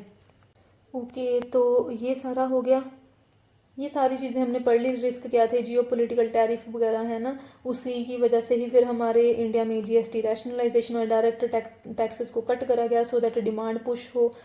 तो ये सब चीज़ें इस आर्टिकल में हो गई। ओके, जीवी हमने देख लिया। ओके, देन एक्सप्लेन नेक्स्ट है why trading with China. Okay, ये आई थिंक मैंने मिस कर दिया हुआ है आर्टिकल ये। ओके, अभी इसको मैं छोड़ रही हूँ, जब नेक्स्ट पार्ट होगा उसमें इसको ऐड करूँगी।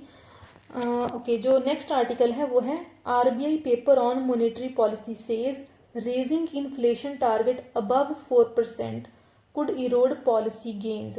तो इसको भी आप एज इट इज़ लिख कर गूगल कर सकते हो, हिंदू का और इंडियन एक्सप्रेस का या मिंट का कोई भी आपको आर्टिकल इससे रिलेटेड अगस्त का ही मिल जाएगा।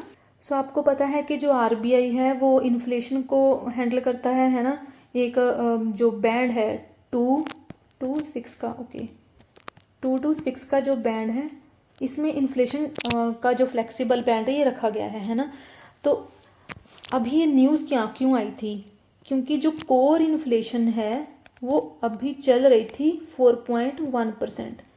ये अगस्त 20 से लेकर 30 अगस्त इसके बीच की ये न्यूज़ है, एक बार आप चेक कर सकते हो। एंड प्लीज़ ये जो 4.1 का नंबर है, ये जो परसेंटेज है कोर इन्फ्लेशन की, इसको भी आप अपडेट करते रहना, ये इसी आर्टिकल के लिए ही है। तो okay, RBI paper on monetary policy से रेजिंग इन्फ्लेशन टारगेट, क्योंकि अभी 4.1% हुआ है, तो उसके अकॉर्डिंग अगर हमने ये टारगेट रेज कर दिया, अभी हम कितना लेके चल रहे हैं कि 4% तक रहना चाहिए। अगर इससे ज़्यादा हम एक बैंड रखेंगे आरबीआई के अकॉर्डिंग, ये पॉलिसी को इरोड कर देगा। तो ये हम आरबीआई ने फिर ये पेपर निकाला था, मॉनेटरी पॉलिसी पेपर, कि कैसे ई पेपर ओके पे क्या बताता है सबसे पहले तो कि प्राइसेस को और इकोनॉमिक ग्रोथ को कंट्रोल कैसे करना है। तो आरबीआई ने क्या बोला है कि अगर हमने इन्फ्लेशन को 4% से ऊपर टारगेट करा है ना, इसको रेज करा, तो ये जो हमारा आरबीआई की जो पॉलिसीज हैं उसको वीक करेगा। जितनी भी अभी तक इकोनॉमिक ग्रोथ हुई है, जितने भी रिजल्ट्स अचीव हुए हैं, उन सारी के सारी रिजल्ट्स को ये इरोड कर देगा, उन सारे गेन्स को ख़त्म कर देगा। तो देखिए, आरबीआई ने सितंबर 18 तक ये क्वेश्चंस दिए हैं कुछ, कि आरबीआई को किसके ऊपर फोकस करना चाहिए, ओवरऑल इन्फ्लेशन के ऊपर, दैट इज हेडलाइन इन्फ्लेशन, जो कि कितनी थी, मैंने बताया आपको कि इन्फ्लेशन कम हो गई है 1.5 समथिंग, और किसी जगह पर 1.8 भी लिखा होगा, है ना। एंड आरबीआई ने वो पूछा है कि या तो हम किसके ऊपर फोकस करें, ओवरऑल इन्फ्लेशन के ऊपर या फिर कोर इन्फ्लेशन के ऊपर। कोर इन्फ्लेशन किसकी बात करता है, जब फूड एंड फ्यूल को हटा दिया जाता है। देखिए, जो फूड एंड फ्यूल होते हैं ना प्राइसेस, ये मोस्ट वॉलेटाइल होते हैं, ये हमेशा चेंज होते रहते हैं सप्लाई साइड की वजह से। फॉर एग्जांपल अगर हम फूड की ही बात करें, कि जैसे अभी फ्लड्स वगैरह की सिचुएशन बनी हुई है, बहुत सारी एकड़ की ज़मीन जो है वो अभी जो क्रॉप्स वगैरह हैं वो सारी डैमेज हो चुकी हैं, है ना। तो इट मीन्स अभी सप्लाई साइड का शॉक है ये, इसकी वजह से फिर फूड प्राइसेस राइज कर जाएंगे, है ना। तो आरबीआई ने क्या पूछा है कि अभी क्या हमें कोर इन्फ्लेशन के ऊपर फोकस करना चाहिए या फिर हेडलाइन इन्फ्लेशन के ऊपर ही फोकस करना चाहिए। Is the current 4% inflation target right balance between economic growth and price stability. Okay, question पूछे हैं कि, है ना, आरबीआई ने कि इन्फ्लेशन रेंज यही रखनी चाहिए या फिर इसको हटा देना चाहिए, या फिर आरबीआई को एक फिक्स्ड 4% का ही टारगेट रखना चाहिए। तो ये स्टार्ट क्यों हुआ था, एक तो ये कोर इन्फ्लेशन जो 4.1% के ऊपर गया, है ना। आरबीआई की जो मॉनेटरी पॉलिसी है ना, ये हर 5 साल एवरी 5 ईयर ये न्यू आती रहती है। तो अभी 2026 में मॉनेटरी पॉलिसी पेपर आना था, उससे पहले ये क्वेश्चंस रेज हुए हैं कि 4% के ऊपर तो कोर इन्फ्लेशन जा रहा है। तो डिबेट स्टार्ट हो गया कि आरबीआई को हेडलाइन इन्फ्लेशन ही कंसिडर करना चाहिए, टारगेट करना चाहिए, या फिर कोर इन्फ्लेशन। कुछ एक्सपर्ट्स जो थे वो बोल रहे थे कि आरबीआई को कोर इन्फ्लेशन के ऊपर फोकस करना चाहिए। क्यों? क्योंकि फूड प्राइसेस कभी भी चेंज होते रहते हैं, again due to supply side problem, है ना। बट आरबीआई का क्या कहना था कि जो फूड प्राइसेस हैं वो बाकी के प्राइसेस को भी अफेक्ट करते हैं। जो इन्फ्लेशन का मेजर है वो करेक्ट नहीं होगा। कैसे? क्योंकि देखिए, जो फूड प्राइसेस अगर हाई होते हैं, कोई फ़र्क नहीं पड़ता कि सप्लाई साइड की प्रॉब्लम कैसी थी, अगर फूड प्राइसेस बढ़ते हैं तो ये क्या पुश करेंगे आगे, वेजेस को भी पुश करेंगे, रेंट को पुश करेंगे। फॉर एग्जांपल अगर रेंट की ही बात करें, तो अगर किसी के घर पे हमने रेंट पे एक रूम लिया है, तो उनकी अपनी कॉस्ट बढ़ चुकी है क्योंकि फूड प्राइसेस बढ़ चुके हैं, तो वो हो सकता है वो रेंट ज़्यादा डिमांड करने लग जाएं। बहुत बेसिक सी एग्जांपल। तो इससे क्या होगा कि जितने भी बाकी के फैक्टर्स हैं वो भी तो अफेक्ट हो रहे हैं ना। इट मीन्स कि ओवरऑल इन्फ्लेशन तो अगेन राइज करना स्टार्ट कर देगा, है ना। तो सारी की सारी इन्फ्लेशन अफेक्ट हो रही है। इसकी वजह से फिर आरबीआई ने बोला नहीं, हमें ये हेडलाइन इन्फ्लेशन को ही टारगेट करना चाहिए। इनफैक्ट आरबीआई के अकॉर्डिंग मोस्ट ऑफ द जो कंट्रीज हैं वर्ल्ड में, वो सारी की सारी हेडलाइन इन्फ्लेशन को ही टारगेट करती हैं। एंड अभी इंडिया में हमारी जो हेडलाइन इन्फ्लेशन है वो लो चल रही है। इनफैक्ट अगर आरबीआई के अकॉर्डिंग अगर हमें फॉरेन इन्वेस्टर्स को भी अट्रैक्ट करना है तो भी हमारे लिए हेडलाइन इन्फ्लेशन ही ठीक है, क्योंकि कम चल रहा है। एंड जो इन्वेस्टर्स होते हैं उनके लिए क्या बेटर रहता है, उनके लिए लो एंड स्टेडी इन्फ्लेशन ही बेटर रहता है। क्यों? क्योंकि देखिए अगर वो इन्वेस्टमेंट कर रहे हैं, इधर हमारे प्राइसेस राइज हो रहे हैं, है ना, तो उनके लिए तो मनी की वैल्यू इरोड हो गई ना। जितना ज़्यादा इन्फ्लेशन बढ़ता जाएगा उतनी ज़्यादा करेंसी की वैल्यू डाउन होती जाएगी, तो इन्वेस्टर्स के लिए तो कोई फ़ायदा नहीं रहेगा। तो इससे इकोनॉमी का हर्ट होगा, है ना। देन उसके बाद इन्वेस्टर्स भी कम आएंगे। अगर हम इन्फ्लेशन के टारगेट को बढ़ाते हैं, सपोज आरबीआई ने, जैसे अभी कोर इन्फ्लेशन चल रहा था 4.1%, तो क्योंकि ऐसे ही एडजस्ट करने के लिए, कोर इन्फ्लेशन को टारगेट करने के लिए आरबीआई ने बढ़ा दिया इसको 4% से 5% कर दिया या फिर 6% कर दिया। ये क्या सिग्नल देगा कि आरबीआई अभी हाईएस्ट प्राइसेस को भी एक्सेप्ट कर रहा है। आरबीआई को बेसिक काम क्या दिया गया था कि आपने प्राइसेस को कंट्रोल में रखना है, दैट इज आपने इन्फ्लेशन को कंट्रोल में रखना है ना। तो अगर इन्फ्लेशन का टारगेट ही बढ़ा दिया, इट मीन्स आरबीआई क्या एक्सेप्ट कर रहा है कि हाई प्राइसेस भी चल जाएंगे। इट मीन्स लोग क्या सोचेंगे कि अब तो आरबीआई की कोई वैल्यू नहीं है। आरबीआई का काम क्या था? प्राइसेस को, to keep the prices under control, वही काम नहीं आरबीआई कर रहा है, तो लोगों का ट्रस्ट भी कम हो जाएगा, है ना। तो इतने लंबे टाइम से जो ये इन्फ्लेशन टारगेटिंग की वजह से जो भी पॉलिसीज वगैरह जो भी बनी थी, जो भी गेन्स हुए थे, इकोनॉमिक गेन्स हुए थे, तो वो भी उस सारी चीज़ों की भी वैल्यू फिर कम हो जाएगी। तो आरबीआई ने अभी क्या सजेस्ट करा है कि हमें हेडलाइन इन्फ्लेशन और ओवरऑल इन्फ्लेशन के ऊपर ही फोकस करना चाहिए, जो कि फूड को भी इंक्लूड करता है एंड फ्यूल को भी इंक्लूड करता है, क्योंकि जो हमारा इंडिया है फ्यूल बहुत ज़्यादा इंपोर्ट करता है ना। अभी तो E20 का भी इशू चल रहा है, वो सब भी आप न्यूज़ में पढ़ रहे होगे, है ना। तो आरबीआई के अकॉर्डिंग हमें ये जो फ्लेक्सिबल इन्फ्लेशन टारगेटिंग पॉलिसी है 2016 की, इसी को ही फॉलो करते रहना चाहिए। हमें 4% के लिए ही एम करना चाहिए, बट रेंज कितनी रखनी चाहिए? 2% से लेकर 6% तक। और इसको टारगेट को हर 5 ईयर रिव्यू करा जाता है। इसको 26 ये मैंने बता ही दिया कि 26 में नेक्स्ट ईयर में इसको रिव्यू करना था, तो इसीलिए ये मॉनेटरी पेपर आया है, ठीक है। तो ये वाले क्वेश्चंस पूछे गए हैं, जिसकी वजह से फिर ये आर्टिकल न्यूज़ में भी था। ओके देन अब हमारे लिए, ओके ये तो हो गया आर्टिकल। हमारे लिए क्या इम्पोर्टेंट है? ऑल्दो देखिए हमने जितने भी चीज़ें हैं इन्फ्लेशन से रिलेटेड, जो भी कॉन्सेप्ट हैं वो सारे के सारे हमने कवर करने हैं, बट यहाँ पर मैं थोड़ा सा बता रही हूँ सो दैट एक आइडिया सा रहे। तो आरबीआई का एक मेन रोल क्या रहता है? इन्फ्लेशन को कंट्रोल करना। कैसे कंट्रोल करता है? मॉनेटरी पॉलिसी के थ्रू। इसके लिए उसके पास डिफरेंट टूल्स हैं, जैसे कि जिसको पॉलिसी रेट्स भी बोलते हैं, उन पॉलिसी रेट्स को एडजस्ट करता है आरबीआई, जैसे कि रेपो रेट हो गया, रिवर्स रेपो रेट हो गया, है ना। इसकी वजह से फिर क्या होता है, लोगों के पास, बैंक्स के पास कितना क्रेडिट अवेलेबल होगा, कितना लोन दे सकते हैं, इसकी वजह से फिर मनी सप्लाई मैनेज होती है। ये सारी चीज़ें हमने जब स्टैटिक पोर्शन देखना है ना, जब हमने स्टैटिक पोर्शन कवर करना है इन्फ्लेशन का, उसमें सब कुछ हम कवर करेंगे। तो आरबीआई कुछ टूल्स यूज़ करता है इन्फ्लेशन को कंट्रोल करने के लिए, मनी सप्लाई को मैनेज करने के लिए, इन्वेस्टमेंट को एनकरेज करने के लिए। एंड फॉरेनर्स जो इन्वेस्टर्स होंगे कब आएंगे? जब इन्फ्लेशन स्टेडी एंड लो होगा। And to restrain spending when the prices rise, अगर प्राइसेस राइज कर जाते हैं तो स्पेंडिंग को रिस्ट्रिक्ट करा जा सके। इन सारी चीज़ों के लिए आरबीआई एम करता है। टूल्स कैसे यूज़ करता है? जैसे कि पॉलिसी रेट्स हो गए, रेपो रिवर्स रेपो, देन हो गया CRR, cash reserve ratio, then एक होता है स्टैट्यूटरी लिक्विडिटी रेशो। ये फंड्स को कंट्रोल करता है कि बैंक कितने फंड्स को रिजर्व रखेंगे, उनको एक पोर्शन रिजर्व रखना ही होता है। एंड उनके लिए फिर आती है cash reserve ratio and statutory liquidity ratio.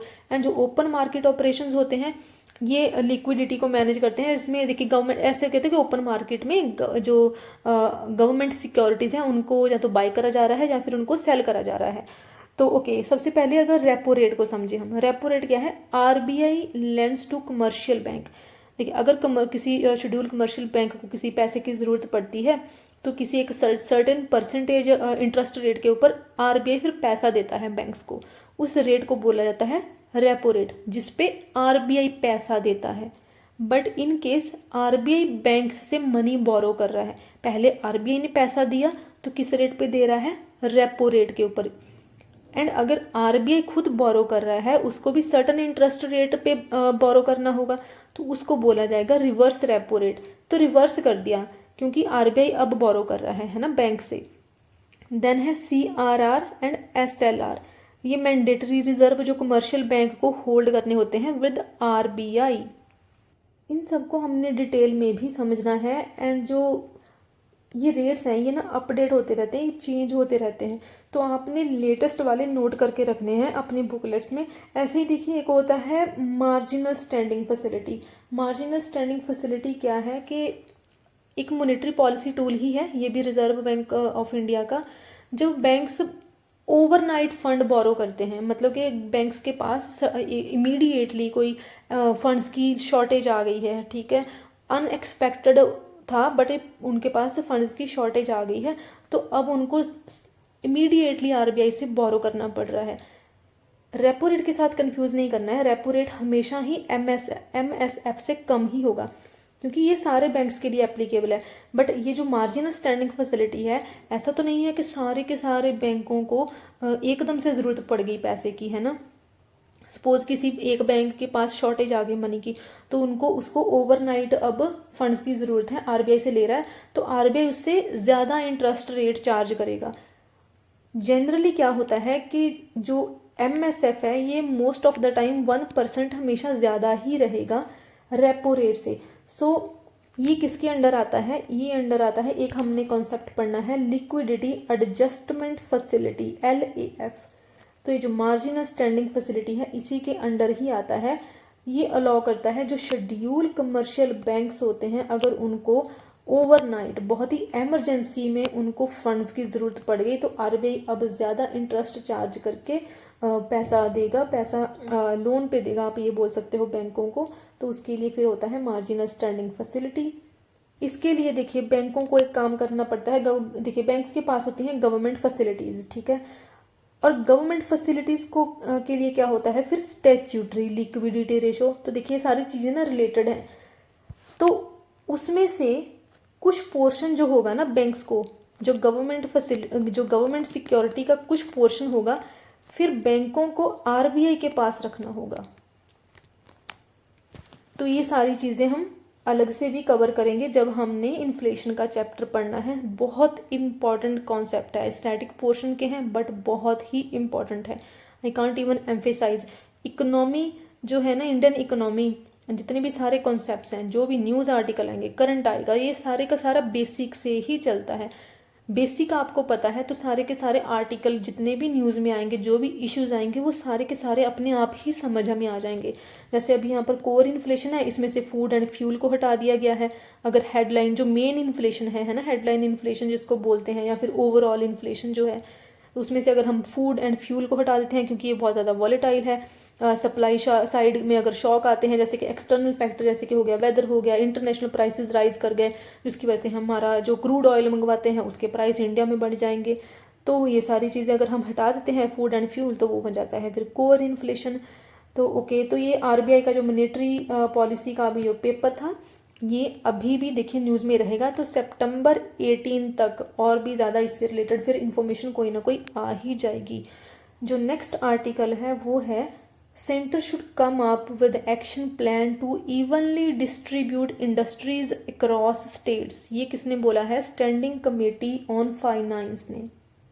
News में क्यों आया है? क्योंकि ये जो स्टैंडिंग कमेटी ऑन फाइनेंस है, इसने रिसेंटली ना सेंट्रल गवर्नमेंट को रिकमेंड करा है, रिकमेंडेशन दी है सेंट्रल गवर्नमेंट को कि कोई ऐसा एक्शन प्लान बनाए, ऐसा कोई मैंडेट तैयार करें जिससे हमारी इंडियन सारी की सारी जितनी भी इंडिया की स्टेट्स हैं, हर एक जगह पर इक्विटेबल एंड बैलेंस्ड डिस्ट्रीब्यूशन हो। किसका? इंडस्ट्रीज का। मींस हर एक स्टेट में इंडस्ट्रीज होनी चाहिए।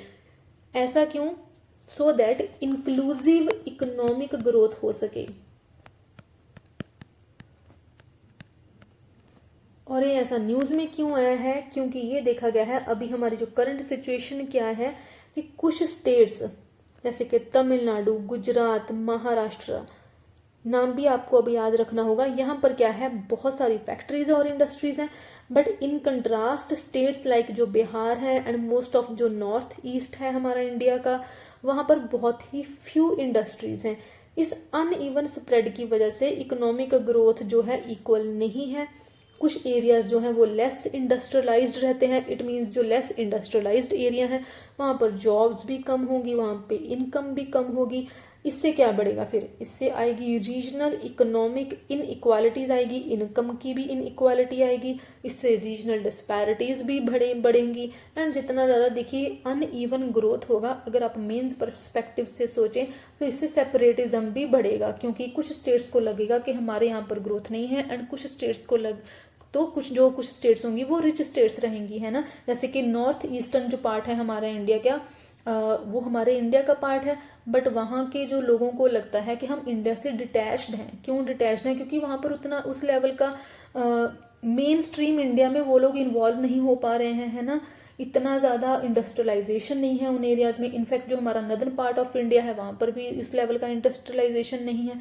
अब देखिए इस आर्टिकल में बताया गया था कि इसके रीजंस क्या हैं। ये तो हो गया कि ओके कि हाँ ये सब चीज़ें हैं, कुछ रीजंस बताए गए थे, एंड देन कुछ रिकमेंडेशंस दी गई थी by the committee, standing committee on finance, है ना। ओके, सो रीजंस क्या हो सकते हैं? जैसे कि हिस्टोरिकल फैक्टर्स हो सकते हैं। हिस्टोरिकल फैक्टर्स कैसे? अगर हम ब्रिटिश कॉलोनियल एरा की भी बात करें तो बहुत सारे जो मेजर हब थे इंडस्ट्रीज के वो कौन से रहते थे? जैसे बंगाल वगैरह हो गया, मुंबई हो गया, चेन्नई वगैरह हो गया, जितने भी पोर्ट एरियाज थे, है ना, और सूरत साइड हो गया। तो जितनी भी कॉलोनियल इन्वेस्टमेंट भी होती थी, जो भी पैसा आता था, ट्रेड आता था, इन पोर्ट एरियाज से ही होता था। तो जिसकी वजह से फिर अभी भी ये जो ब्रिटिश लेगेसी है हमारे इंडिया में वो अभी भी कॉन्टिन्यूड ही है। तो कुछ एरियाज अभी भी इंडस्ट्रियलाइज्ड हैं, एंड जो मेन जो बीच के एरियाज हैं, जैसे कि अगर हम बिहार की स्टेट की एग्जांपल ली गई है अभी, है ना, जो पोर्ट एरियाज नहीं है वहाँ पर इतनी ज़्यादा इंडस्ट्रीज का ग्रोथ नहीं है। ऐसे ही अगर इंटरप्रेन्योरियल कम्युनिटीज़ की बात करें, जितनी भी ट्रेड एक्टिविटीज़ होती हैं, अगर हम इंडिपेंडेंस के भी बाद भी देखें तो जितनी भी ट्रेड एक्टिविटीज़ होती हैं हमारी जनरली होती हैं पोर्ट एरियाज से। तो पोर्ट एरियाज ही ग्रो करते हैं, तो गवर्नमेंट का फोकस भी उसी साइड पर जाता है, जिसकी वजह से फिर ये कुछ जगह पर इंडस्ट्रीज जो होती हैं बढ़ती जाती हैं, एंड कुछ जगह पर इंडस्ट्रीज नहीं आती हैं। अगर हम ऐसे ओडिशा वगैरह उस साइड की बात करें, है ना, तो कुछ एरिया झारखंड वगैरह हो गया, है ना, तो जो बीच वाले एरियाज होंगे ये रह जाएंगे, और जो साइड के जो पोर्ट एरियाज होंगे, जो कोस्टल एरियाज होंगे, वहाँ पर इंडस्ट्रीज ज़्यादा लग जाती हैं। ऐसे कुछ देखिए जियोग्राफिकल चैलेंजेस भी बताए गए थे इस आर्टिकल में, कि कैसे अगर नॉर्दर्न साइड की हम बात करें तो वहाँ पर जो मेन चीज़ रिस्ट्रिक्ट करती है इंडस्ट्रियलाइजेशन को वो है क्लाइमेटिक कंडीशंस। क्लाइमेटिक कंडीशंस किसकी वजह से? हिमालयन रीजन की वजह से, जैसे कि डिफ़िकल्ट टेरेन हो सकती है, कनेक्टिविटी का इशू आ सकता है। जो नॉर्थ ईस्टर्न पार्ट है हमारे इंडिया का, जितनी भी सेंट्रल स्टेट्स हैं, ईस्टर्न स्टेट्स हैं, ठीक है, कनेक्टिविटी का इशू आ सकता है। तो ये सब रीजंस बताए गए हैं, है ना। ऐसे ही कुछ रीजंस बताए गए हैं कि कुछ एरियाज हमारे इंडिया के ऐसे हैं जो कि अच्छा एक ना कॉन्सेप्ट आता है जब हम इंटरनेशनल रिलेशंस भी पढ़ते हैं, तभी ये बात यूज़ होती है कि कुछ कंट्रीज़ को हम ना रॉ मटेरियल के लिए छोड़ देते हैं। फॉर एग्जांपल अफ्रीका की एग्जांपल बहुत ज़्यादा यूज़ करी जाती है कि कैसे चाइना रॉ मटेरियल के लिए यूज़ करता है ना, बहुत सारी इन्वेस्टमेंट करता है। तो ऐसे ही ये बोला जाता है कि हमारे इंडिया का भी यही हाल है कि कुछ जो स्टेट्स हैं उनको जस्ट रॉ मटेरियल के लिए ही छोड़ दिया गया है। तो अगर इन स्टेट में भी इंडस्ट्रियलाइजेशन होगी तो रॉ मटेरियल कहाँ से आएगा? बहुत नेगेटिव सी बात है, बट यही रियलिटी है कि कुछ स्टेट्स जैसे कि अगर हम ओडिशा वगैरह की साइड की बात करें या फिर झारखंड वगैरह, है ना, कुछ स्टेट्स को ऐसे फिर डिसएडवांटेज्ड पोजीशन पर छोड़ दिया जाता है just for the sake of raw material के लिए, है ना। तो वहाँ पर हैवी इंडस्ट्रीज फिर नहीं लगाई जाती हैं, तो ये भी एक चीज़ है। तो ऐसे ही फिर देखिए लैक ऑफ इंफ्रास्ट्रक्चर का तो आपको पता ही है, ऐसे ट्रांसपोर्ट की बात हो गई, पावर की बात हो गई, कम्युनिकेशन हो गया, बैंकिंग फैसिलिटीज़ हो गया, लोन वगैरह के लिए, है ना।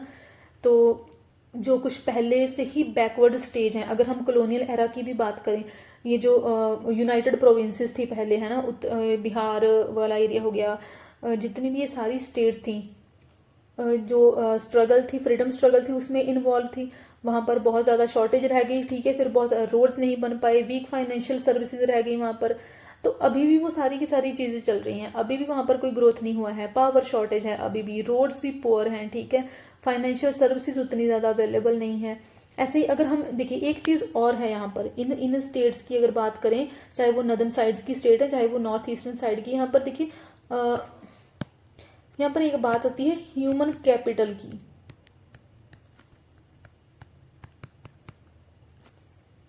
यहाँ पर नहीं लिखा हुआ है। देखिए ह्यूमन कैपिटल के ऊपर इतनी ज़्यादा इन्वेस्टमेंट नहीं रहती है कि जो हम हैं, हम ह्यूमन रिसोर्स हैं, हमारे ऊपर इतनी ज़्यादा इन्वेस्टमेंट नहीं रहती है कि स्किल्स प्रोवाइड करी जाएं उस लेवल की। अभी देखिए हमारे इंडिया में इतना जो अनएम्प्लॉयमेंट का इशू चलता है, ये बोलते हैं कि जॉब्स नहीं है।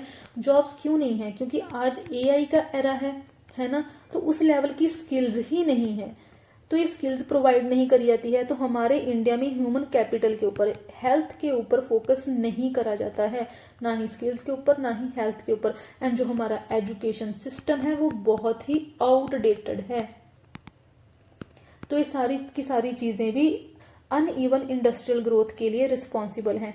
देन उसके बाद है हमारा अनइवन पॉलिसी फोकस। ये तो आपको पता ही है कि जो डिफरेंट स्टेट हैं, हर एक स्टेट की अपने लिए एक अगर हम सदर्न साइड की बात करें, जो हमारा साउथ इंडिया है वहाँ की जो गवर्नमेंट है, उनकी जो पॉलिसी, जो इन्वेस्टर फ्रेंडली रिफॉर्म होंगे, है ना, कैसे वहाँ पर इंडस्ट्रीज लगाई जाती हैं, ईज ऑफ डूइंग बिजनेस भी रहता है, लोगों को इंसेंटिव दिए जाते हैं, इंफ्रास्ट्रक्चर के ऊपर फोकस करा जाता है, इंडस्ट्रियल एक्सपेंशन के ऊपर फोकस करा जाता है। तो ये गवर्नमेंट की जो पॉलिसीज हैं वो भी इम्पैक्ट करती हैं। अब अभी अगर हम देखिए, मैं किसी भी पार्टी को सपोर्ट नहीं करी हूँ, बट अभी भी अगर हम सेंट्रल गवर्नमेंट की बात करें तो यहाँ पर जो एक पॉलिटिकल पार्टी का बायस है वो बहुत रहता है, जिसकी वजह से फिर देखिए पॉलिसीज में भी एक बायस देखने को मिलता है। अगर हम अभी पंजाब और हिमाचल की बात करें, है ना, तो क्योंकि बीजेपी गवर्नमेंट नहीं है, इन सारी पंजाब में बीजेपी गवर्नमेंट नहीं है, तो फ्लड की सिचुएशन बनी हुई है ना। तो इन सारी स्टेट्स में देखिए फिर जो बीजेपी, हमारी सेंट्रल गवर्नमेंट को तो हर एक स्टेट को इक्वल लेके चलना चाहिए, है ना, सारी के जो रेस्क्यू ऑपरेशन चलने चाहिए, रिहेबिलिटेशन होना चाहिए, बट एक भी बार कोई भी इनिशिएटिव नहीं लिया गया है सेंट्रल गवर्नमेंट की साइड से। तो देखिए ये बायस भी रहता है, एक जितनी भी ये सारी स्टेट्स रहती हैं, अगर एक जो पॉलिटिकल बायस है वो भी देखने को मिलता है, जिसकी वजह से फिर अनइक्वल पॉलिसी फोकस रहता है। अभी इस आर्टिकल में ना कुछ रिफॉर्म्स बताए गए थे, कुछ रिकमेंडेशंस दी थी कमेटी ने कि क्या क्या चीज़ें करी जा सकती हैं। एंड सबसे पहले है PSE पॉलिसी। रिपोर्ट ने क्या बोला है, इस जो कमेटी की रिपोर्ट है इसने बोला है कि गवर्नमेंट को डिसइन्वेस्टमेंट के ऊपर फोकस करना चाहिए। देखिए PSE क्या है, पब्लिक सेक्टर एंटरप्राइजेज। तो इस कमेटी ने क्या बोला है कि ये जो PSE हैं, जितनी भी PSE का या तो प्राइवेटाइजेशन कर दो, अगर वो लॉस मेकिंग है तो उनको क्लोज ही कर दिया जाए, सिर्फ कुछ किसको छोड़कर जो कि स्ट्रेटेजिकली इंपॉर्टेंट हैं। जैसे कि अगर हम न्यूक्लियर एनर्जी की बात करें, है ना, तो कुछ स्ट्रेटेजिकली इंपॉर्टेंट सेक्टर्स को छोड़कर जितनी भी पब्लिक सेक्टर एंटरप्राइजेज हैं, इस कमेटी के अकॉर्डिंग उनका प्राइवेटाइजेशन कर देना चाहिए, या तो उनको क्लोज कर देना चाहिए, उनका डिसइन्वेस्टमेंट कर देना चाहिए। डिसइन्वेस्टमेंट का मतलब ही यही होता है कि कोई ऐसी पब्लिक सेक्टर अंडरटेकिंग या फिर पब्लिक सेक्टर एंटरप्राइज जो कि लॉस में चल रही है, जिससे रेवेन्यू जनरेट नहीं हो रहा है, या फिर जिसमें कोई इम्प्रूवमेंट हो ही नहीं सकती है, गवर्नमेंट उसको बेच देती है, उसकी सेलिंग कर देती है, सो दैट फंड रेज करे जा सके एंड फर्दर डेवलपमेंट के लिए यूज़ करा जा सके। अगर किसी एंटरप्राइज के ऊपर डेट वगैरह है तो उस डेट वगैरह को उतारा जा सके, लोन वगैरह को कम करा जा सके, है ना। तो गवर्नमेंट सेल कर देती है, बेच देती है, इसी को ही हम डिसइन्वेस्टमेंट बोलते हैं। फिर एक इसमें रिकमेंडेशन दी गई थी स्टेट इंसेंटिव की एंड इन्वेस्टमेंट रेट की भी। स्टेट इन्वेस्टमेंट का क्या है कि जितनी भी अभी सेंट्रल पैकेजेस, देखिए जो हमारी सेंट्रल गवर्नमेंट होती है, मैंने अभी बात करा ना अभी कि कैसे पंजाब और हिमाचल प्रदेश के ऊपर फोकस नहीं करा जा रहा है, क्यों? क्योंकि पॉलिटिकल पार्टी का बायस आ गया है अभी। बट जो सेंट्रल इस कमेटी ने क्या बोला है कि जो सेंट्रल गवर्नमेंट की साइड जो इंसेंटिव पैकेज जाते हैं, जितनी भी पब्लिक सेक्टर एंटरप्राइजेज हैं, उनको इम्प्रूव करने के लिए ये जो पैकेज आते हैं इनको स्ट्रेंथन करा जाना चाहिए, इनको रिवाइज करा जाना चाहिए। ये होगा तो नहीं, वैसे ये सारी की सारी चीज़ें ऑनेस्टली स्पीकिंग मैं बोल तो रही हूँ, मुझे भी पता है कि ये सारी की सारी चीज़ें थियोरेटिकली ही हैं, प्रैक्टिकली ऐसा बहुत कम होता है, बट ठीक है क्योंकि हमें मेंस भी लिखना है तो ये सब चीज़ें आपको लिखनी पड़ेंगी फिर। तो ओके, तो बोला क्या गया है कि जितने भी ज़्यादा हो सके सेंटर को इंसेंटिव पैकेज देने चाहिए स्टेट्स को। देन उसके बाद इन्वेस्टमेंट रेट की भी बात करी गई है। कमेटी ने क्या बोला है कि जो इंडिया का इन्वेस्टमेंट रेट है, देखिए अभी कितना है, अभी है 31%। जीडीपी का 31% है, इन्वेस्टमेंट रेट को इंक्रीज करके कर देना चाहिए 35% ऑफ जीडीपी, सो दैट अगर हमने जीडीपी को सस्टेन्ड 8% के ऊपर रखना है बहुत अनअचीवेबल सा टारगेट है ये। ओके, अगर हमने एनुअल सस्टेन्ड जीडीपी को का जो एनुअल ग्रोथ रेट है सस्टेनेबल लेवल के ऊपर 8% पर ही रखना है, तो हमें जो इंडिया का इन्वेस्टमेंट रेट है वो भी इंक्रीज करना पड़ेगा, 31% से 35% कर देना चाहिए। सो ये सब चीज़ें हैं इस आर्टिकल में। तो आप मेंस के लिए कुछ देखिए ना, मैंने अलग से ही लिख दिए हैं कि अगर बैलेंस्ड इंडस्ट्रियल ग्रोथ चाहिए, ये सारे के सारे जितने भी ये पॉइंट्स हैं, जितने भी ये फ्रेजेस हैं, आपको ऐसे ही लिख देने हैं। जैसे बेटर एम्प्लॉयमेंट हो गया, अगर suitable sustainable balanced and equitable अगर इंडस्ट्रियल ग्रोथ होगा तो बेटर एम्प्लॉयमेंट होगी, जॉब क्रिएशन दैट इज है ना, सारी की सारी स्टेट्स में इक्विटेबल इकोनॉमिक डेवलपमेंट होगा, इससे रीजनल डिस्पैरिटीज कम होगी, सस्टेनेबल डेवलपमेंट रहेगा, इससे पॉवर्टी रिडक्शन होगा एंड रीजनल डेवलपमेंट भी रहेगी। तो ये सारे के सारी चीज़ें आपने मेंस में एज इट इज़ ही बस लिख देनी है। एंड अब जो नेक्स्ट आर्टिकल ऑनवर्ड है वो हम सेकंड पार्ट में कवर करेंगे। सारे के सारे इंपॉर्टेंट हैं एंड एक ऊपर हमारा रह गया है जिसका मैंने कंटेंट यहाँ पर इंक्लूड नहीं करा, पता नहीं क्यों नहीं करा। तो चेक ट्रंकेशन सिस्टम है, अगर आपने खुद भी देखना है, जो आईबीसी है इंसॉल्वेंसी एंड बैंक्रप्सी कोड, ये न्यूज़ में था, अगर आपने खुद भी देखना है तो सारे आर्टिकल देख सकते हो। ट्रेड डेफिसिट से रिलेटेड एक न्यूज़ थी, देन उसके बाद फिर ओके अच्छा आरबीआई के हम पहले भी एक न्यूज़ कवर कर चुके हैं। एक है कि जैसे हमने देखना है कि स्मॉल फाइनेंस बैंक को कैसे यूनिवर्सल बैंक में कन्वर्ट करा जा सकता है, क्या कंडीशंस हो सकती हैं। ये सारी की सारी चीज़ें प्रीलिम्स के लिए भी इंपॉर्टेंट रहेंगी क्योंकि आपको पॉइंट्स याद रखने पड़ेंगे कि क्या क्या कंडीशन हो सकती हैं अगर एक स्मॉल फाइनेंस बैंक ने यूनिवर्सल बैंक में कन्वर्ट होना है। ऐसे इंपोर्ट ड्यूटी कॉटन के ऊपर इसकी बात करी गई थी, है ना। देन एक ये आर्टिकल है, अच्छा ये एक आर्टिकल काफ़ी इंपॉर्टेंट है कि कैसे हमारी इंडिया की अभी जो रेटिंग है वो राइज करी है एसपी ग्लोबल के अकॉर्डिंग, ये एक आर्टिकल है। देन उसके बाद ओके अच्छा ये जो है इतना PMFIS से मैंने लिया है इतना portion, so credit goes to that website. Then industry 5.0 की हम बात करेंगे, ये भी आप देख सकते हो अगर आपने खुद देखना है एक बार तो। डिजिपिन ये अभी 3 या 4 दिन पहले की न्यूज़ है, मतलब जो लास्ट वीक अगस्त का है उसी की ही न्यूज़ थी। देन उसके बाद EY report projects India second largest PPP economy. तो ये भी सारे के सारे अगर आपने खुद भी देखने हैं आर्टिकल तो एक बार मैंने दिखा दिया है, आप देख सकते हो। अदरवाइज मैंने तो ये कवर करवा ही देने हैं। एंड जो रिलेटेड स्टैटिक पोर्शन है वो अभी हम थोड़ा बहुत साथ में देखते जाएंगे इन आर्टिकल्स के, बट अलग से भी जो हमारे इकोनॉमी के लेक्चर्स चल रहे हैं वहाँ पर हम स्टैटिक पोर्शन को कवर करेंगे अलग से भी। सो please like share and subscribe करें वीडियो को, कमेंट्स भी करें।